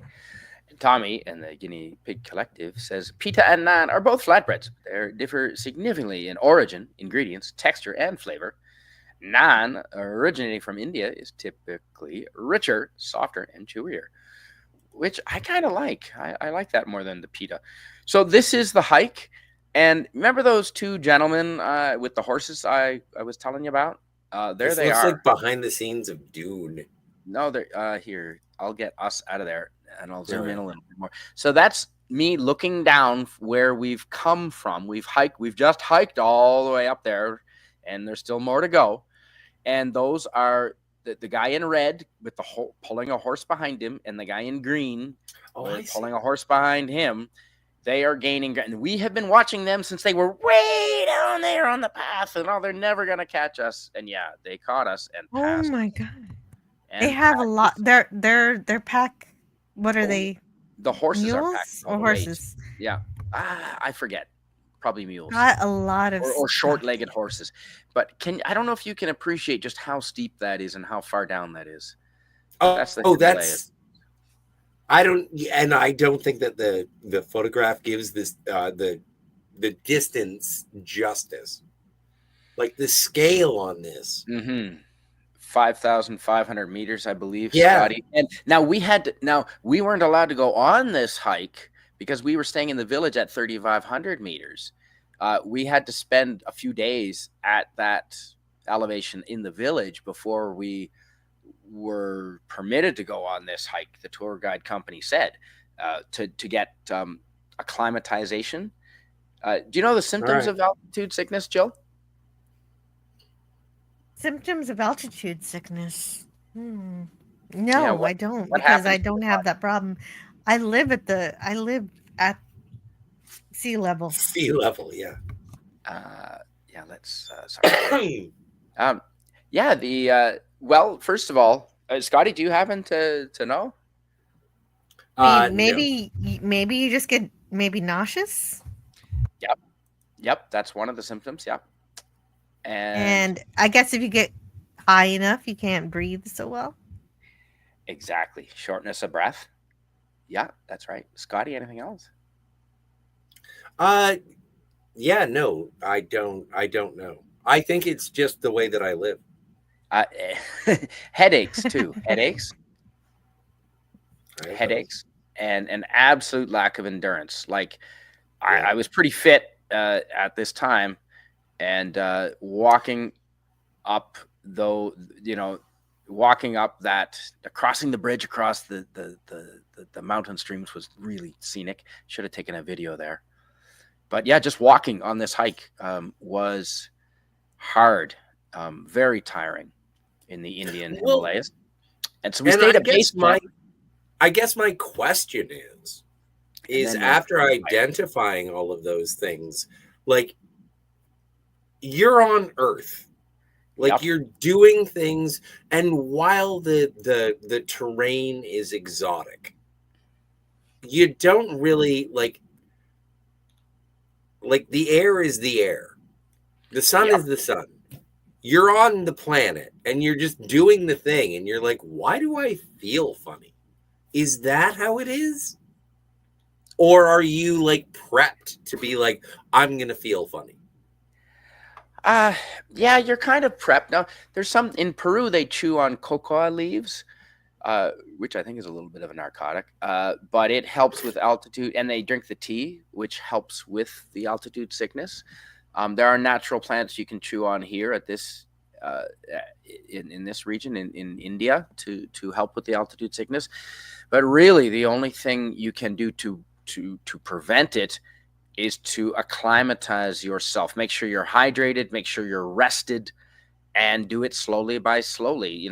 Like at base camp here, we didn't do this hike until we had already overnighted at the base camp. Well, not a base camp. I Oh, mean, we okay. made it. It's not a permanent base camp. It's we set those tents up. Well, and when I Rested. say That's we, I mean good. the Sherpas. So in the same sort of way that when you had gone too deep, Yes, when you got too high, you got and to I get down. mean, You got to get well, down. no, but I mean vertically. I mean above sea Yeah, level. I'm not. that's the only You cure don't want to for smoke a altitude sickness is to joint at get this down. place. Get down. Oh yeah, those are little tiny horses, aren't they? Those aren't donkeys. Well, they don't get to grow Uh, bigger because they have oh, less you're right. oxygen because they're so That's true. high. That's true. My cool zip off pants I just that I had got. never I got. seen horses so small. You I should got come them. to my place. I got a 100 of them that will fight a giant-sized duck. I got those tailor made in Vietnam. Speaking of Vietnam, Scotty, those pants I'm wearing, they're cargo Cargo pants with zip off pants? legs. Yeah, zip off legs in Hoi An on the east Ah, I coast of never Vietnam. got to Hoi An. Oh, that's where they make all the clothes for That's five why bucks they make all the American. best clothes in the Those world. pants were $5 American, tailor made. I got her to measure my inseam twice. What a happy ending. I'm on Yeah. camera just so you pay Hey, attention it's to me. Courtney's Fellowship Oh, of hi. Oddballs. Yes, Thank Jill. you, Courtney. That's exactly what I wanted to make sure you heard about is that Courtney is here. So Oh, Scotty did it for me. oh, shoot. Okay. Yeah. Oh, yeah, yeah.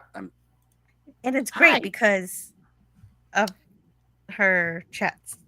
Okay. Courtney, it's Courtney's Fellowship of Oddball says, hello and much love, everyone. I won't be able to be in the chat because I'm driving, but I know about altitude sickness. I bet you. Awesome. Well, thank you. You must be in Colorado. Look, she has Colorado. another chat that says she's driving to the mountains. Oh, here we go. She's doing exactly what this stream is about Drink in real tons of life. water to help. That's exactly right. Yep. And she says, my sister got bad altitude sickness visiting me in Steamboat Springs. Wow. Okay. And right, she says, because I'm driving to the mountains. Well, that is awesome. Well, have fun. It's Courtney. And I do want to say hello to Kronos is in the chat. Jill's Kronos. Kronos. Hi, Kronos. It is like Great to see intoxic. Yeah, you don't make good decisions. That's another. Thank you, Wes Kegel. That's another symptom is horrible decision making. So maybe all alcoholics really just have altitude sickness. That's true. Well, I'm hoping. Yeah, Next time I get pulled over, what's wrong, sir? I have altitude sickness. Tommy says they are bred for it though. Canadian Spider-Man. The horses, yeah, not exactly the same as my people. Oh, and the Tibetan people, yeah, that's true. They grow up. And Sashi says, I can't speak on the difference in ingredients between naan and pita as I've only made pita. Or I've never made pita, only naan. There is no pita, only naan. And, ooh, do you mind reading Tommy's, Scotty, just so you take it right? Tommy says, I made my own flatbreads, and they are 3 ingredients. Flour, water, yeast. Oh. Makes sense.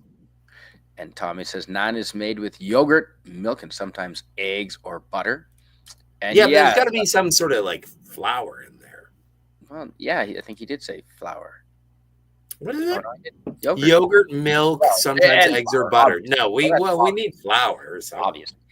And Wes Kegel says the Hillary step, of course, it's called a step because it has a formation that looks like a step. And Hillary, after not Hillary Clinton, but Sir Edmund Hillary, Susan Dolan. Ooh, Scotty, that's spicy. Do you want to read Susan Dolan's?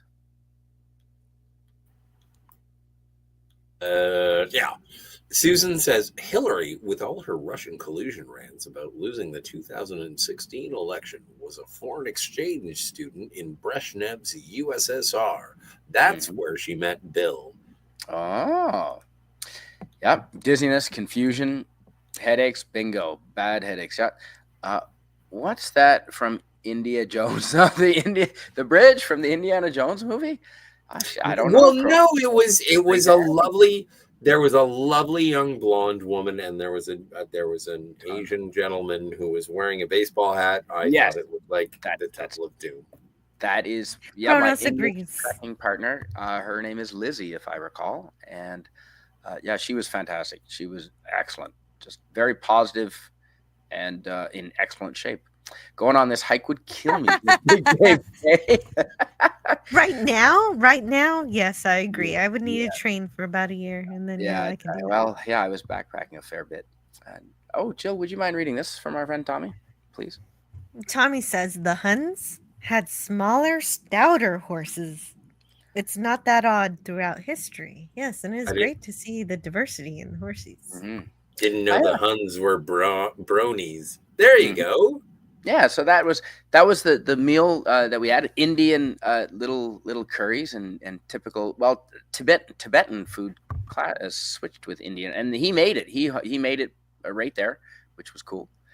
I was thinking that looks good. I especially like the look of that sauce. It looks like it might be spicy. It was good. I mean, the accommodation was basic. We're sleeping in tents, but we were in the freaking Himalayas, and because there are a lot of Tibetan people there in Leh.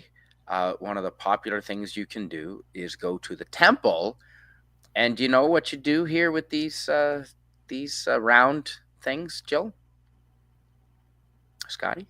It's a very cultural thing with the I think it's a Tibetan practice, and I bet you other places than Tibet, some places in India I saw.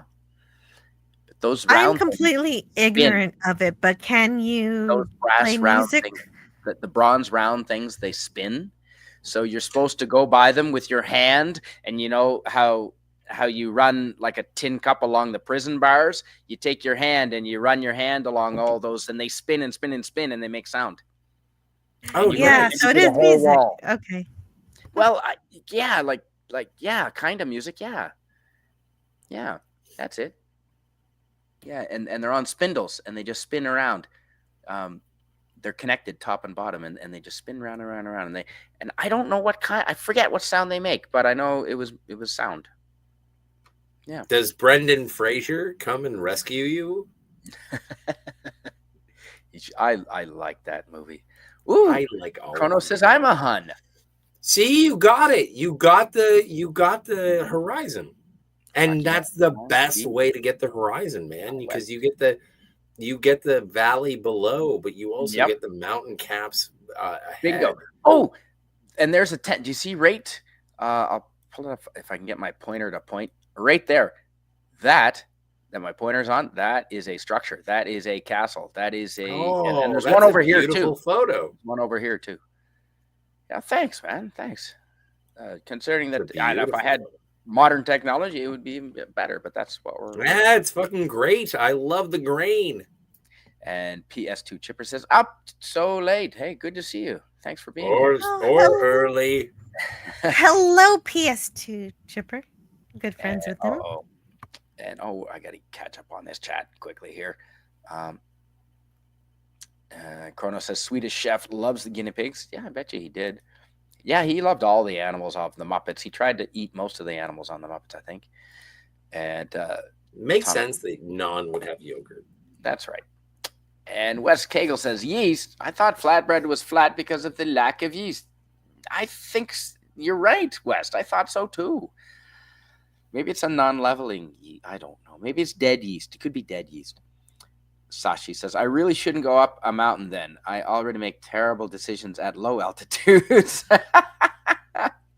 See, yeah, no. Calimont. That's it, Kronos. That's it. From Temple of Doom. I'm sitting here asking, what's sex like at the top of Mount Everest? Maybe I shouldn't go there, Leisure Suit Larry. Awesome. Big Dave K. For that, my trek volcano in Iceland proved to me how out of shape I am. Cool. Hey, if you want to come on and talk about that trip and show some pictures, Big Dave K, I would be thrilled. This travel panel is open to anyone who wants to come on and show their photos. I just want to stop for 1 second. Jill, your idea of curiosity about Leisure Suit Larry climbing Mount Everest, like I could hear you be like, that would be a game. Anyway, I thought that was funny. No, I just think I was just excited about the fact that we should play more of that game. Yes. But also to hear more about Iceland, because that's a place absolutely Big Dave you would be interested in. Yes. That's one. Yeah, that's a place I have not been to. So I've flown over it. I've flown over it on my way to Europe, but to where was I going? I think no, it couldn't have been London. I don't know. Maybe Amsterdam. I would. Yeah. Awesome, Big Dave K. I would love to go to Iceland. I think it's one of the last places, like as a Canadian, I don't even think I need a passport. No, that absolutely. And Jill soon won't need a passport for Greenland. Well, there's nothing that's right. Well, Greenland. That's a promise. Yeah, Greenland is actually the one full of ice, and Iceland is actually the one full of green. Big Dave K says, how in the world do you go to so many places? I am so envious. I worked my ass off in Whistler for very little money. Didn't get the Dijon ketchup, like the Bare Naked Ladies sing about, and saved my money. And I have a 20-year-old car. I don't own a house or any possessions. I don't have a snowmobile.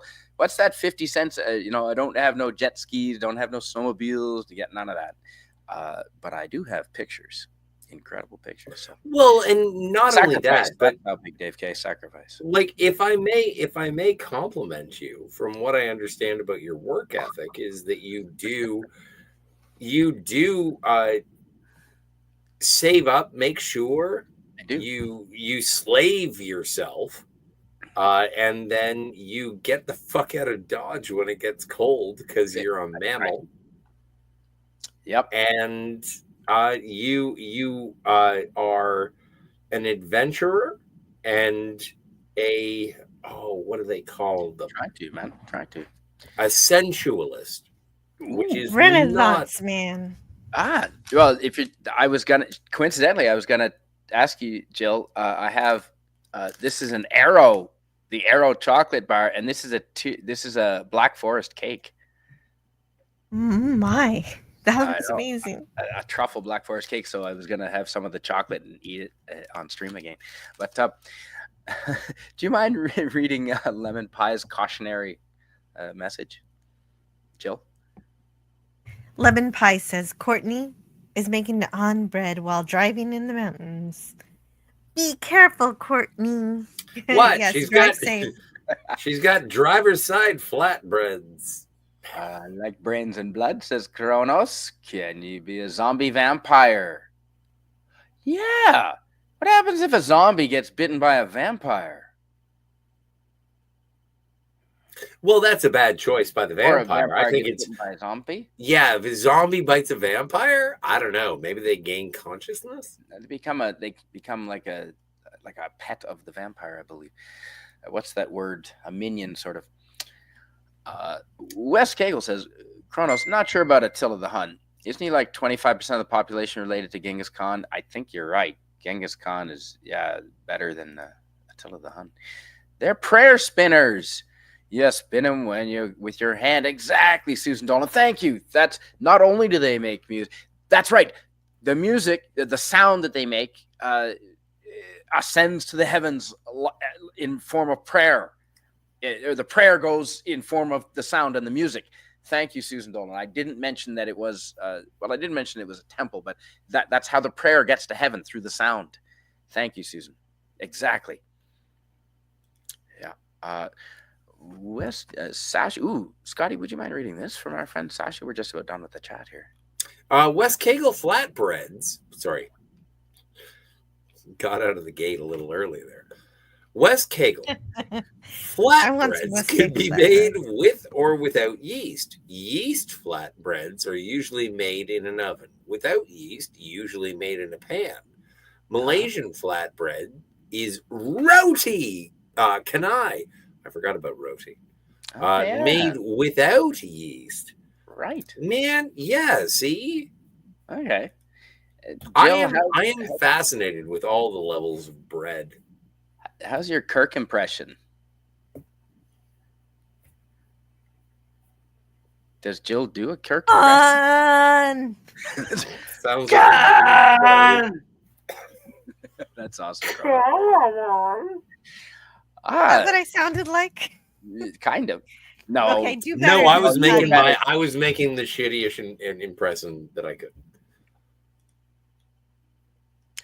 Well, I did the best I could. It was just terrible. No, you were better than Scotty. Definitely. Play it back. Oh, yeah, for sure. Better than Scotty. Wes Cagle said, didn't they have those spinning things in The Golden Child? Well, yes, they did, because he was in Tibet. Yeah, exactly. And these are Tibetan temples because they fled Tibet, these people. Thanks. Oh, shit. Spidey. Yes. I heard that you were going to be reviewing Battleship. Yes. Do you want to join? That's fun. I just found out my dad has the Blu-ray. I can watch it for the first time. Awesome. Well, Jill asked me what to pick, and I thought, well, that's okay. Yeah.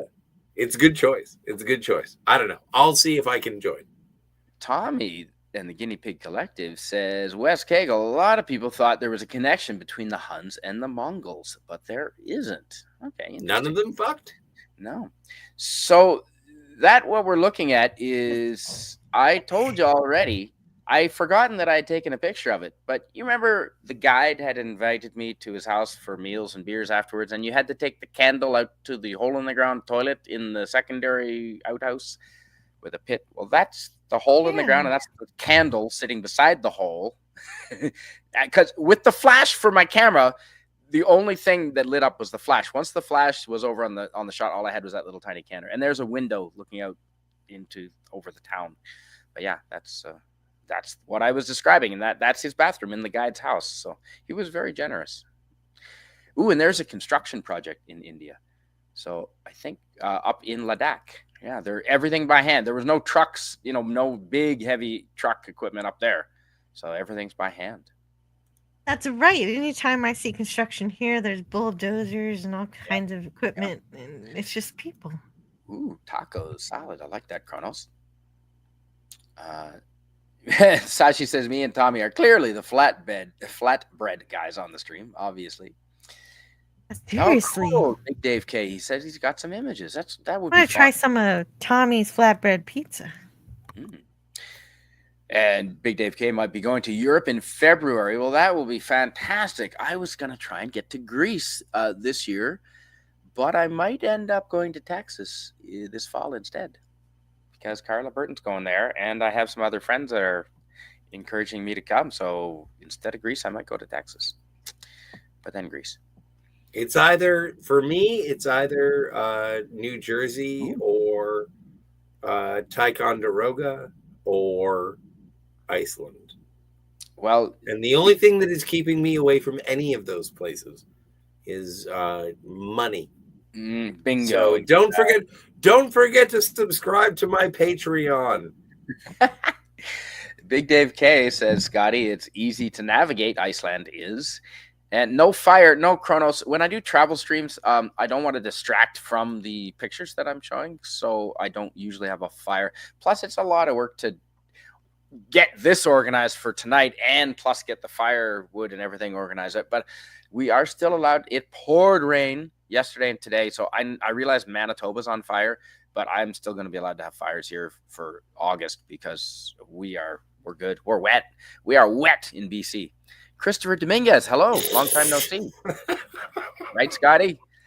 Did you hear they in Nova Scotia, because of the fire threat to keep the people safe, you're not allowed to go into the woods, Jill, even on your own property. I know, I heard this. Until October. Until October. You cannot go on. I would like to see somebody stop me from going onto my own property. They will issue Texas. you. They won't stop you. They will issue you No. a $25,000 fine. Yeah. Just for walking in your own property. You're not no, but it's much more. It is very specifically laid out to be. Like national parks? No, like that's not. Well, no, but they're like that's where they're starting. I was talking to Big Dave K, Scotty. Sorry. Oh, well, my mistake. I don't mean to be argumentative. I'm just saying, like they're starting with like natural trails, hiking lanes, campsites. But beaches, Scotty, you're missing the part where it's that person's property if they own that land. But it is Canadian. It's Canadian property. It's national parks. Then how come or provincial parks? Then why would that person be sold this part of land if it belongs to Canada? I don't know. Ask the Indians. I think, we don't, as white people, we actually don't own any land in Canada, do we, Scotty? Not really. Well, technically, as humans, we don't own anything because we're all going to die and it will last longer than any of us. Ooh. The Crocodile Dundee philosophy. Yes. Okay, I can understand that philosophy, but technically, if you buy a sector of land, it's yours. You think so? Wes Cagle, would you mind reading his, Jill? Because that's kind of cool. Wes Cagle says Iceland was featured in the original Journey to the Center of the Earth. Some beautiful landscape. Oh yeah, wow. That's awesome. Like girls who grew up in Iceland, they are restricted, and if they don't want to leave Iceland, if they love Iceland, they're restricted to the gene pool of a very small island. And so me, as a sort of like, my ancestry is somewhat Finnish, and so I kind of have the same, I have aesthetic pleasings that would happen in Iceland. I show up and they like the young, the even the MILFs, The You got MILFs are style. there, and they're like, you're not related to anyone I know, and they will jump all over me like it were a porn script. You got style, Scotty. Absolutely. Yeah, well, and MILFs are actually what you go for at your age, Scotty. Yeah, Now no, I know. I'm not going to the Icelandic high schools. I rent, Big Dave K. I don't own a house, but I rent. I will. Yep, that's it. You can make bread, drive, and sort of chat, Courtney. Well, Courtney is very skilled. Absolutely. Let's Uh, go get a bread baking. It's the opposite of an ice cream truck in Iceland. We'll just oh, have a bed breaking or a bread baking truck driving around Iceland, being like, "Have you fresh loaves?" Parrot You know Head. what?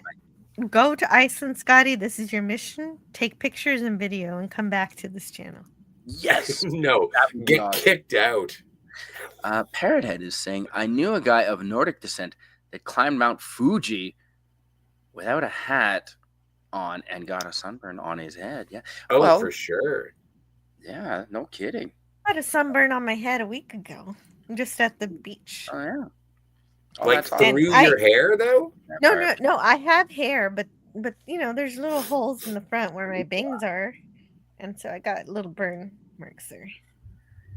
That should be a movie, Kronos. You're right. Vampires and zombies. Yeah, each turning each other. Jill, would you mind reading this from PS2 Chipper?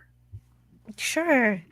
I got a minor sunburn on Mount Fuji. Surprising, since it was so cloudy on the mountain. Yeah. The worst sunburn, Scotty, I've ever seen in my life was on a fella, and it wasn't on a beach anywhere in Australia or Thailand. It was on Whistler Mountain, up on the ski slopes in springtime. Nasty Oh, sunburn is actually on my back. It's peeling right now. Who sank my battleship? I Kronos was. wants to know, and he's firing. He's taking shots at A1 and B2 at us. I've told this story before, and I apologize for boring anybody, but I was in Aruba, and Ooh. there was an underwater volcano about 10 miles off the coast of Aruba, and so we had these giant swells. They weren't like they weren't crashing waves, but everything just rose and Yeah. fell and This- rose and fell. So I spent 6 hours treading water in this without sunscreen on. So Oh. I got so sunburnt that the bottom of my feet were sunburnt. I Damn. roasted myself in radiation through the prism of the ocean. And That's so, right. anyway, the rest of the I had a week of sunstroke. I got drunk and threw up for like 6 days. And Shit. finally, when my flesh had healed, I was like sunglasses and dark clothes. I looked like Ben Stiller in 1994. And I was just like chain smoking. I think that's when I decided that I liked smoking. And it was the worst thing that had ever happened in my entire life. I had a blast. Yeah. Ooh, that doesn't sound fun. Wow. It Sunburn, yeah. wasn't, but it shaped my character. Everyone is saying hello How old to were Old Man you? Bird. Hi. Welcome, Old Man Bird, who's only seen it in satellite. 17? 18? Mm-hmm. So, Scotty, Jill, do you remember that show called Ice Road Truckers? It was filmed up in Canada where they would drive the big rigs across the frozen bodies of water. Heard it, never saw it. And well, they did a spin-off series after that where they took those drivers and they did a series called World's Most Dangerous Drives, and they had them driving up in India, and this is the region. This is part of the road they were driving on.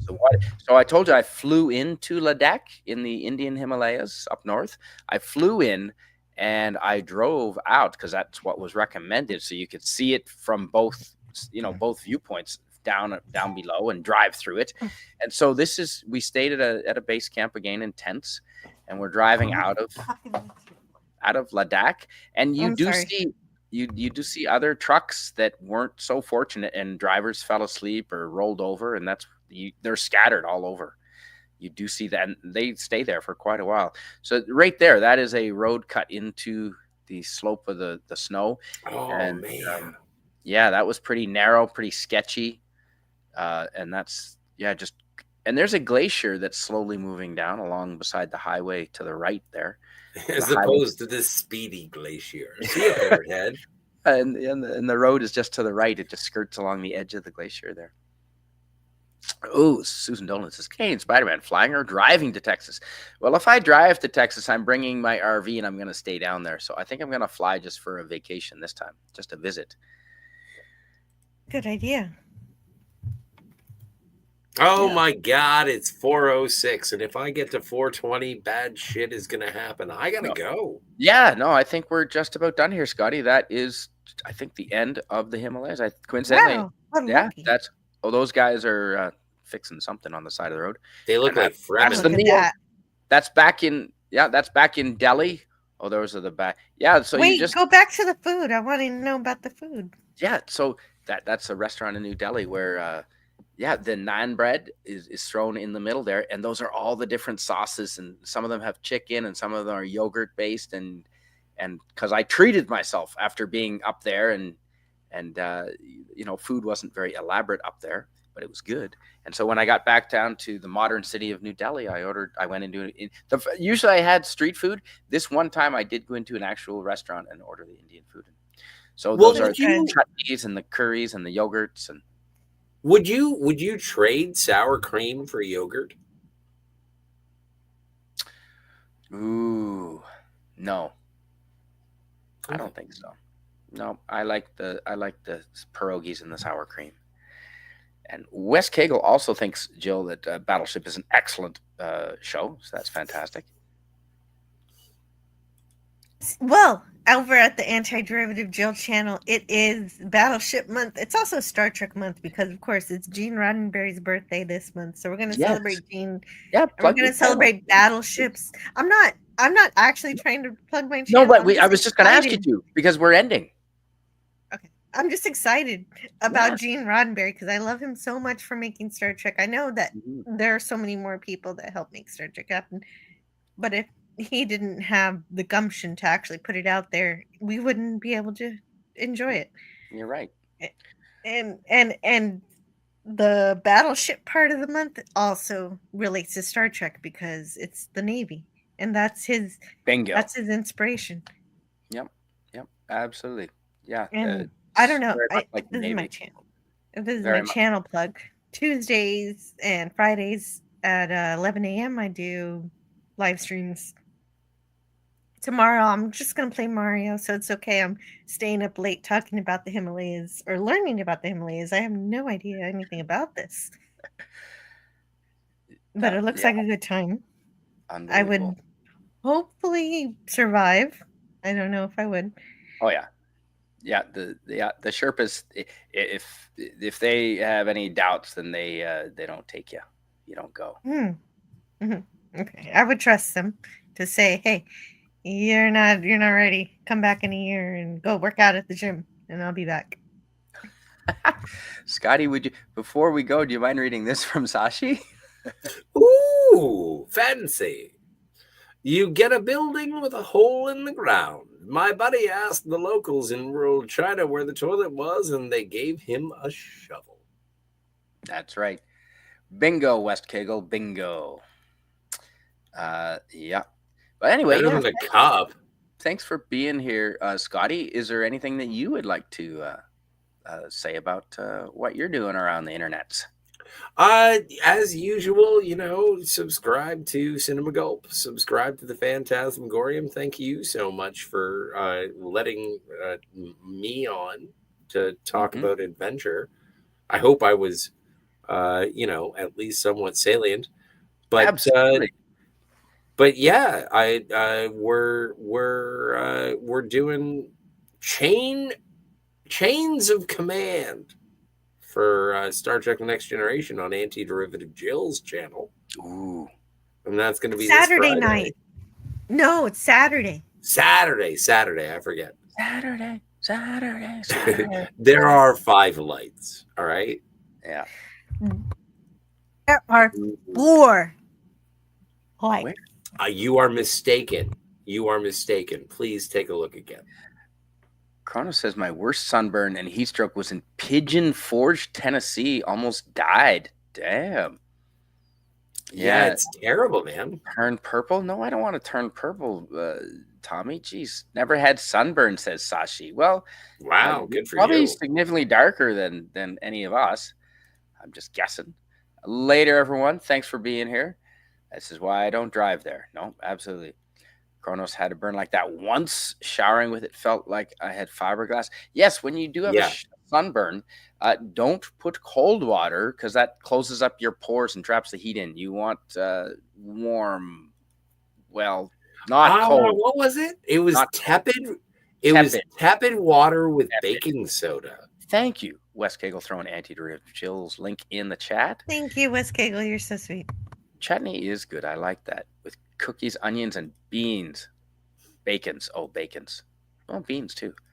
Well, thanks for being No, it here. sounds like everybody is just deciding what they would cook me with, considering my sunburn. Oh. It's like, I want pierogies and salsa and Scotty. Thanks for being here, old man bird. We were showing the Indian Himalayas in Ladakh, Leh, Leh, and thanks for putting cinema gulps. I missed his stream he invited me at the end of the month 8 days ago, and that's when I lost my Twitter and I had lost all communication with most of you. So that we'll have to cue that up again if he lets me back.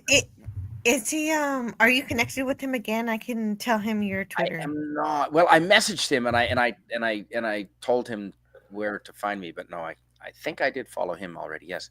I can needle him a little more closely than you can, so I'll get that. You're right. And John Williams. Thank you for putting the Phantasmagorium show link in there, Les Cagle, West Cagle. And Scotty, on a final note, do you mind reading this and then we'll take off out of here? Susan Dolan says, I was burnt so bad once as a kid that I had huge blisters on my shoulders and down my blades. Ouch. Later, taters, as Kronos always says. Twatter has struck down 2 of your... Yeah, well, if they do it again to me, Tommy, I'm going to just not use their business. Sorry. All right, thanks for being here, Susan Dolan, Wes Cagle, Old Man Bird, Tommy. Hey, what's going on with these photos? What were you doing here? Oh, yeah, I was just going back through some of the ones I'd already shown. So this was India. Yeah. This is the Taj Mahal in India. But I missed the Taj Mahal. Oh, you did? Was this you saw that one? Okay. Yeah, I did. And yeah, so I guess you went through it quick. After the desert in Rajasthan, after here, I went back to New Delhi, Delhi, and because they do have there's this old Delhi. This guy's sitting in the middle he's in the gutter in the street. He set up his tea shop. He's selling tea, making tea right there and selling it right on the corner. But yeah, and then I went to Agra, which is where the Taj Mahal is. And then from New Delhi, flew to Leh in the Himalayas. So there's adventure. Hey, that's where I was paying attention at this point. This is all B-roll from Mars Attacks. Exactly. So yeah, that's adventure travels for this week's travel show. So thanks, Scotty and Jill, very much. And Carla Burton, don't worry about it. Anytime. Sorry about your loss. I've always got I've always said that if you've got real life issues, don't worry about this. And plus, it was fortunate to have Scotty and Jill be kind enough to jump on and spend their time. Well, thank you for having us, everybody. Yeah, I know I missed out on being able to say hello to talk to Carla Burton, which would have been great. But I understand she's experienced a tragedy, and I hope the best. Yeah, hopefully, try and get some sleep, and if you can, find a way to pay respects. I'm sure that'll help too. Regulate your breathing and do not get just just think, there's you could die in a deep water scuba diving accident or up on Mount Everest like that poor Canadian girl. Or jump from an airplane, but you forgot your That's it. parachute. Most, like 90% of the people that die on Mount Everest die on the way down. Because, of course, that's when you're most tired and you're out of oxygen, is at the end. You're not out of oxygen and tired at the start. So, of course, it's on the way down. Yeah. They make it to the summit. They freaking make it. And then they die. But anyway, on that note, I'm going to end the stream. Thanks, Scotty and Jill. Thank you. Welcome. Good night, everyone.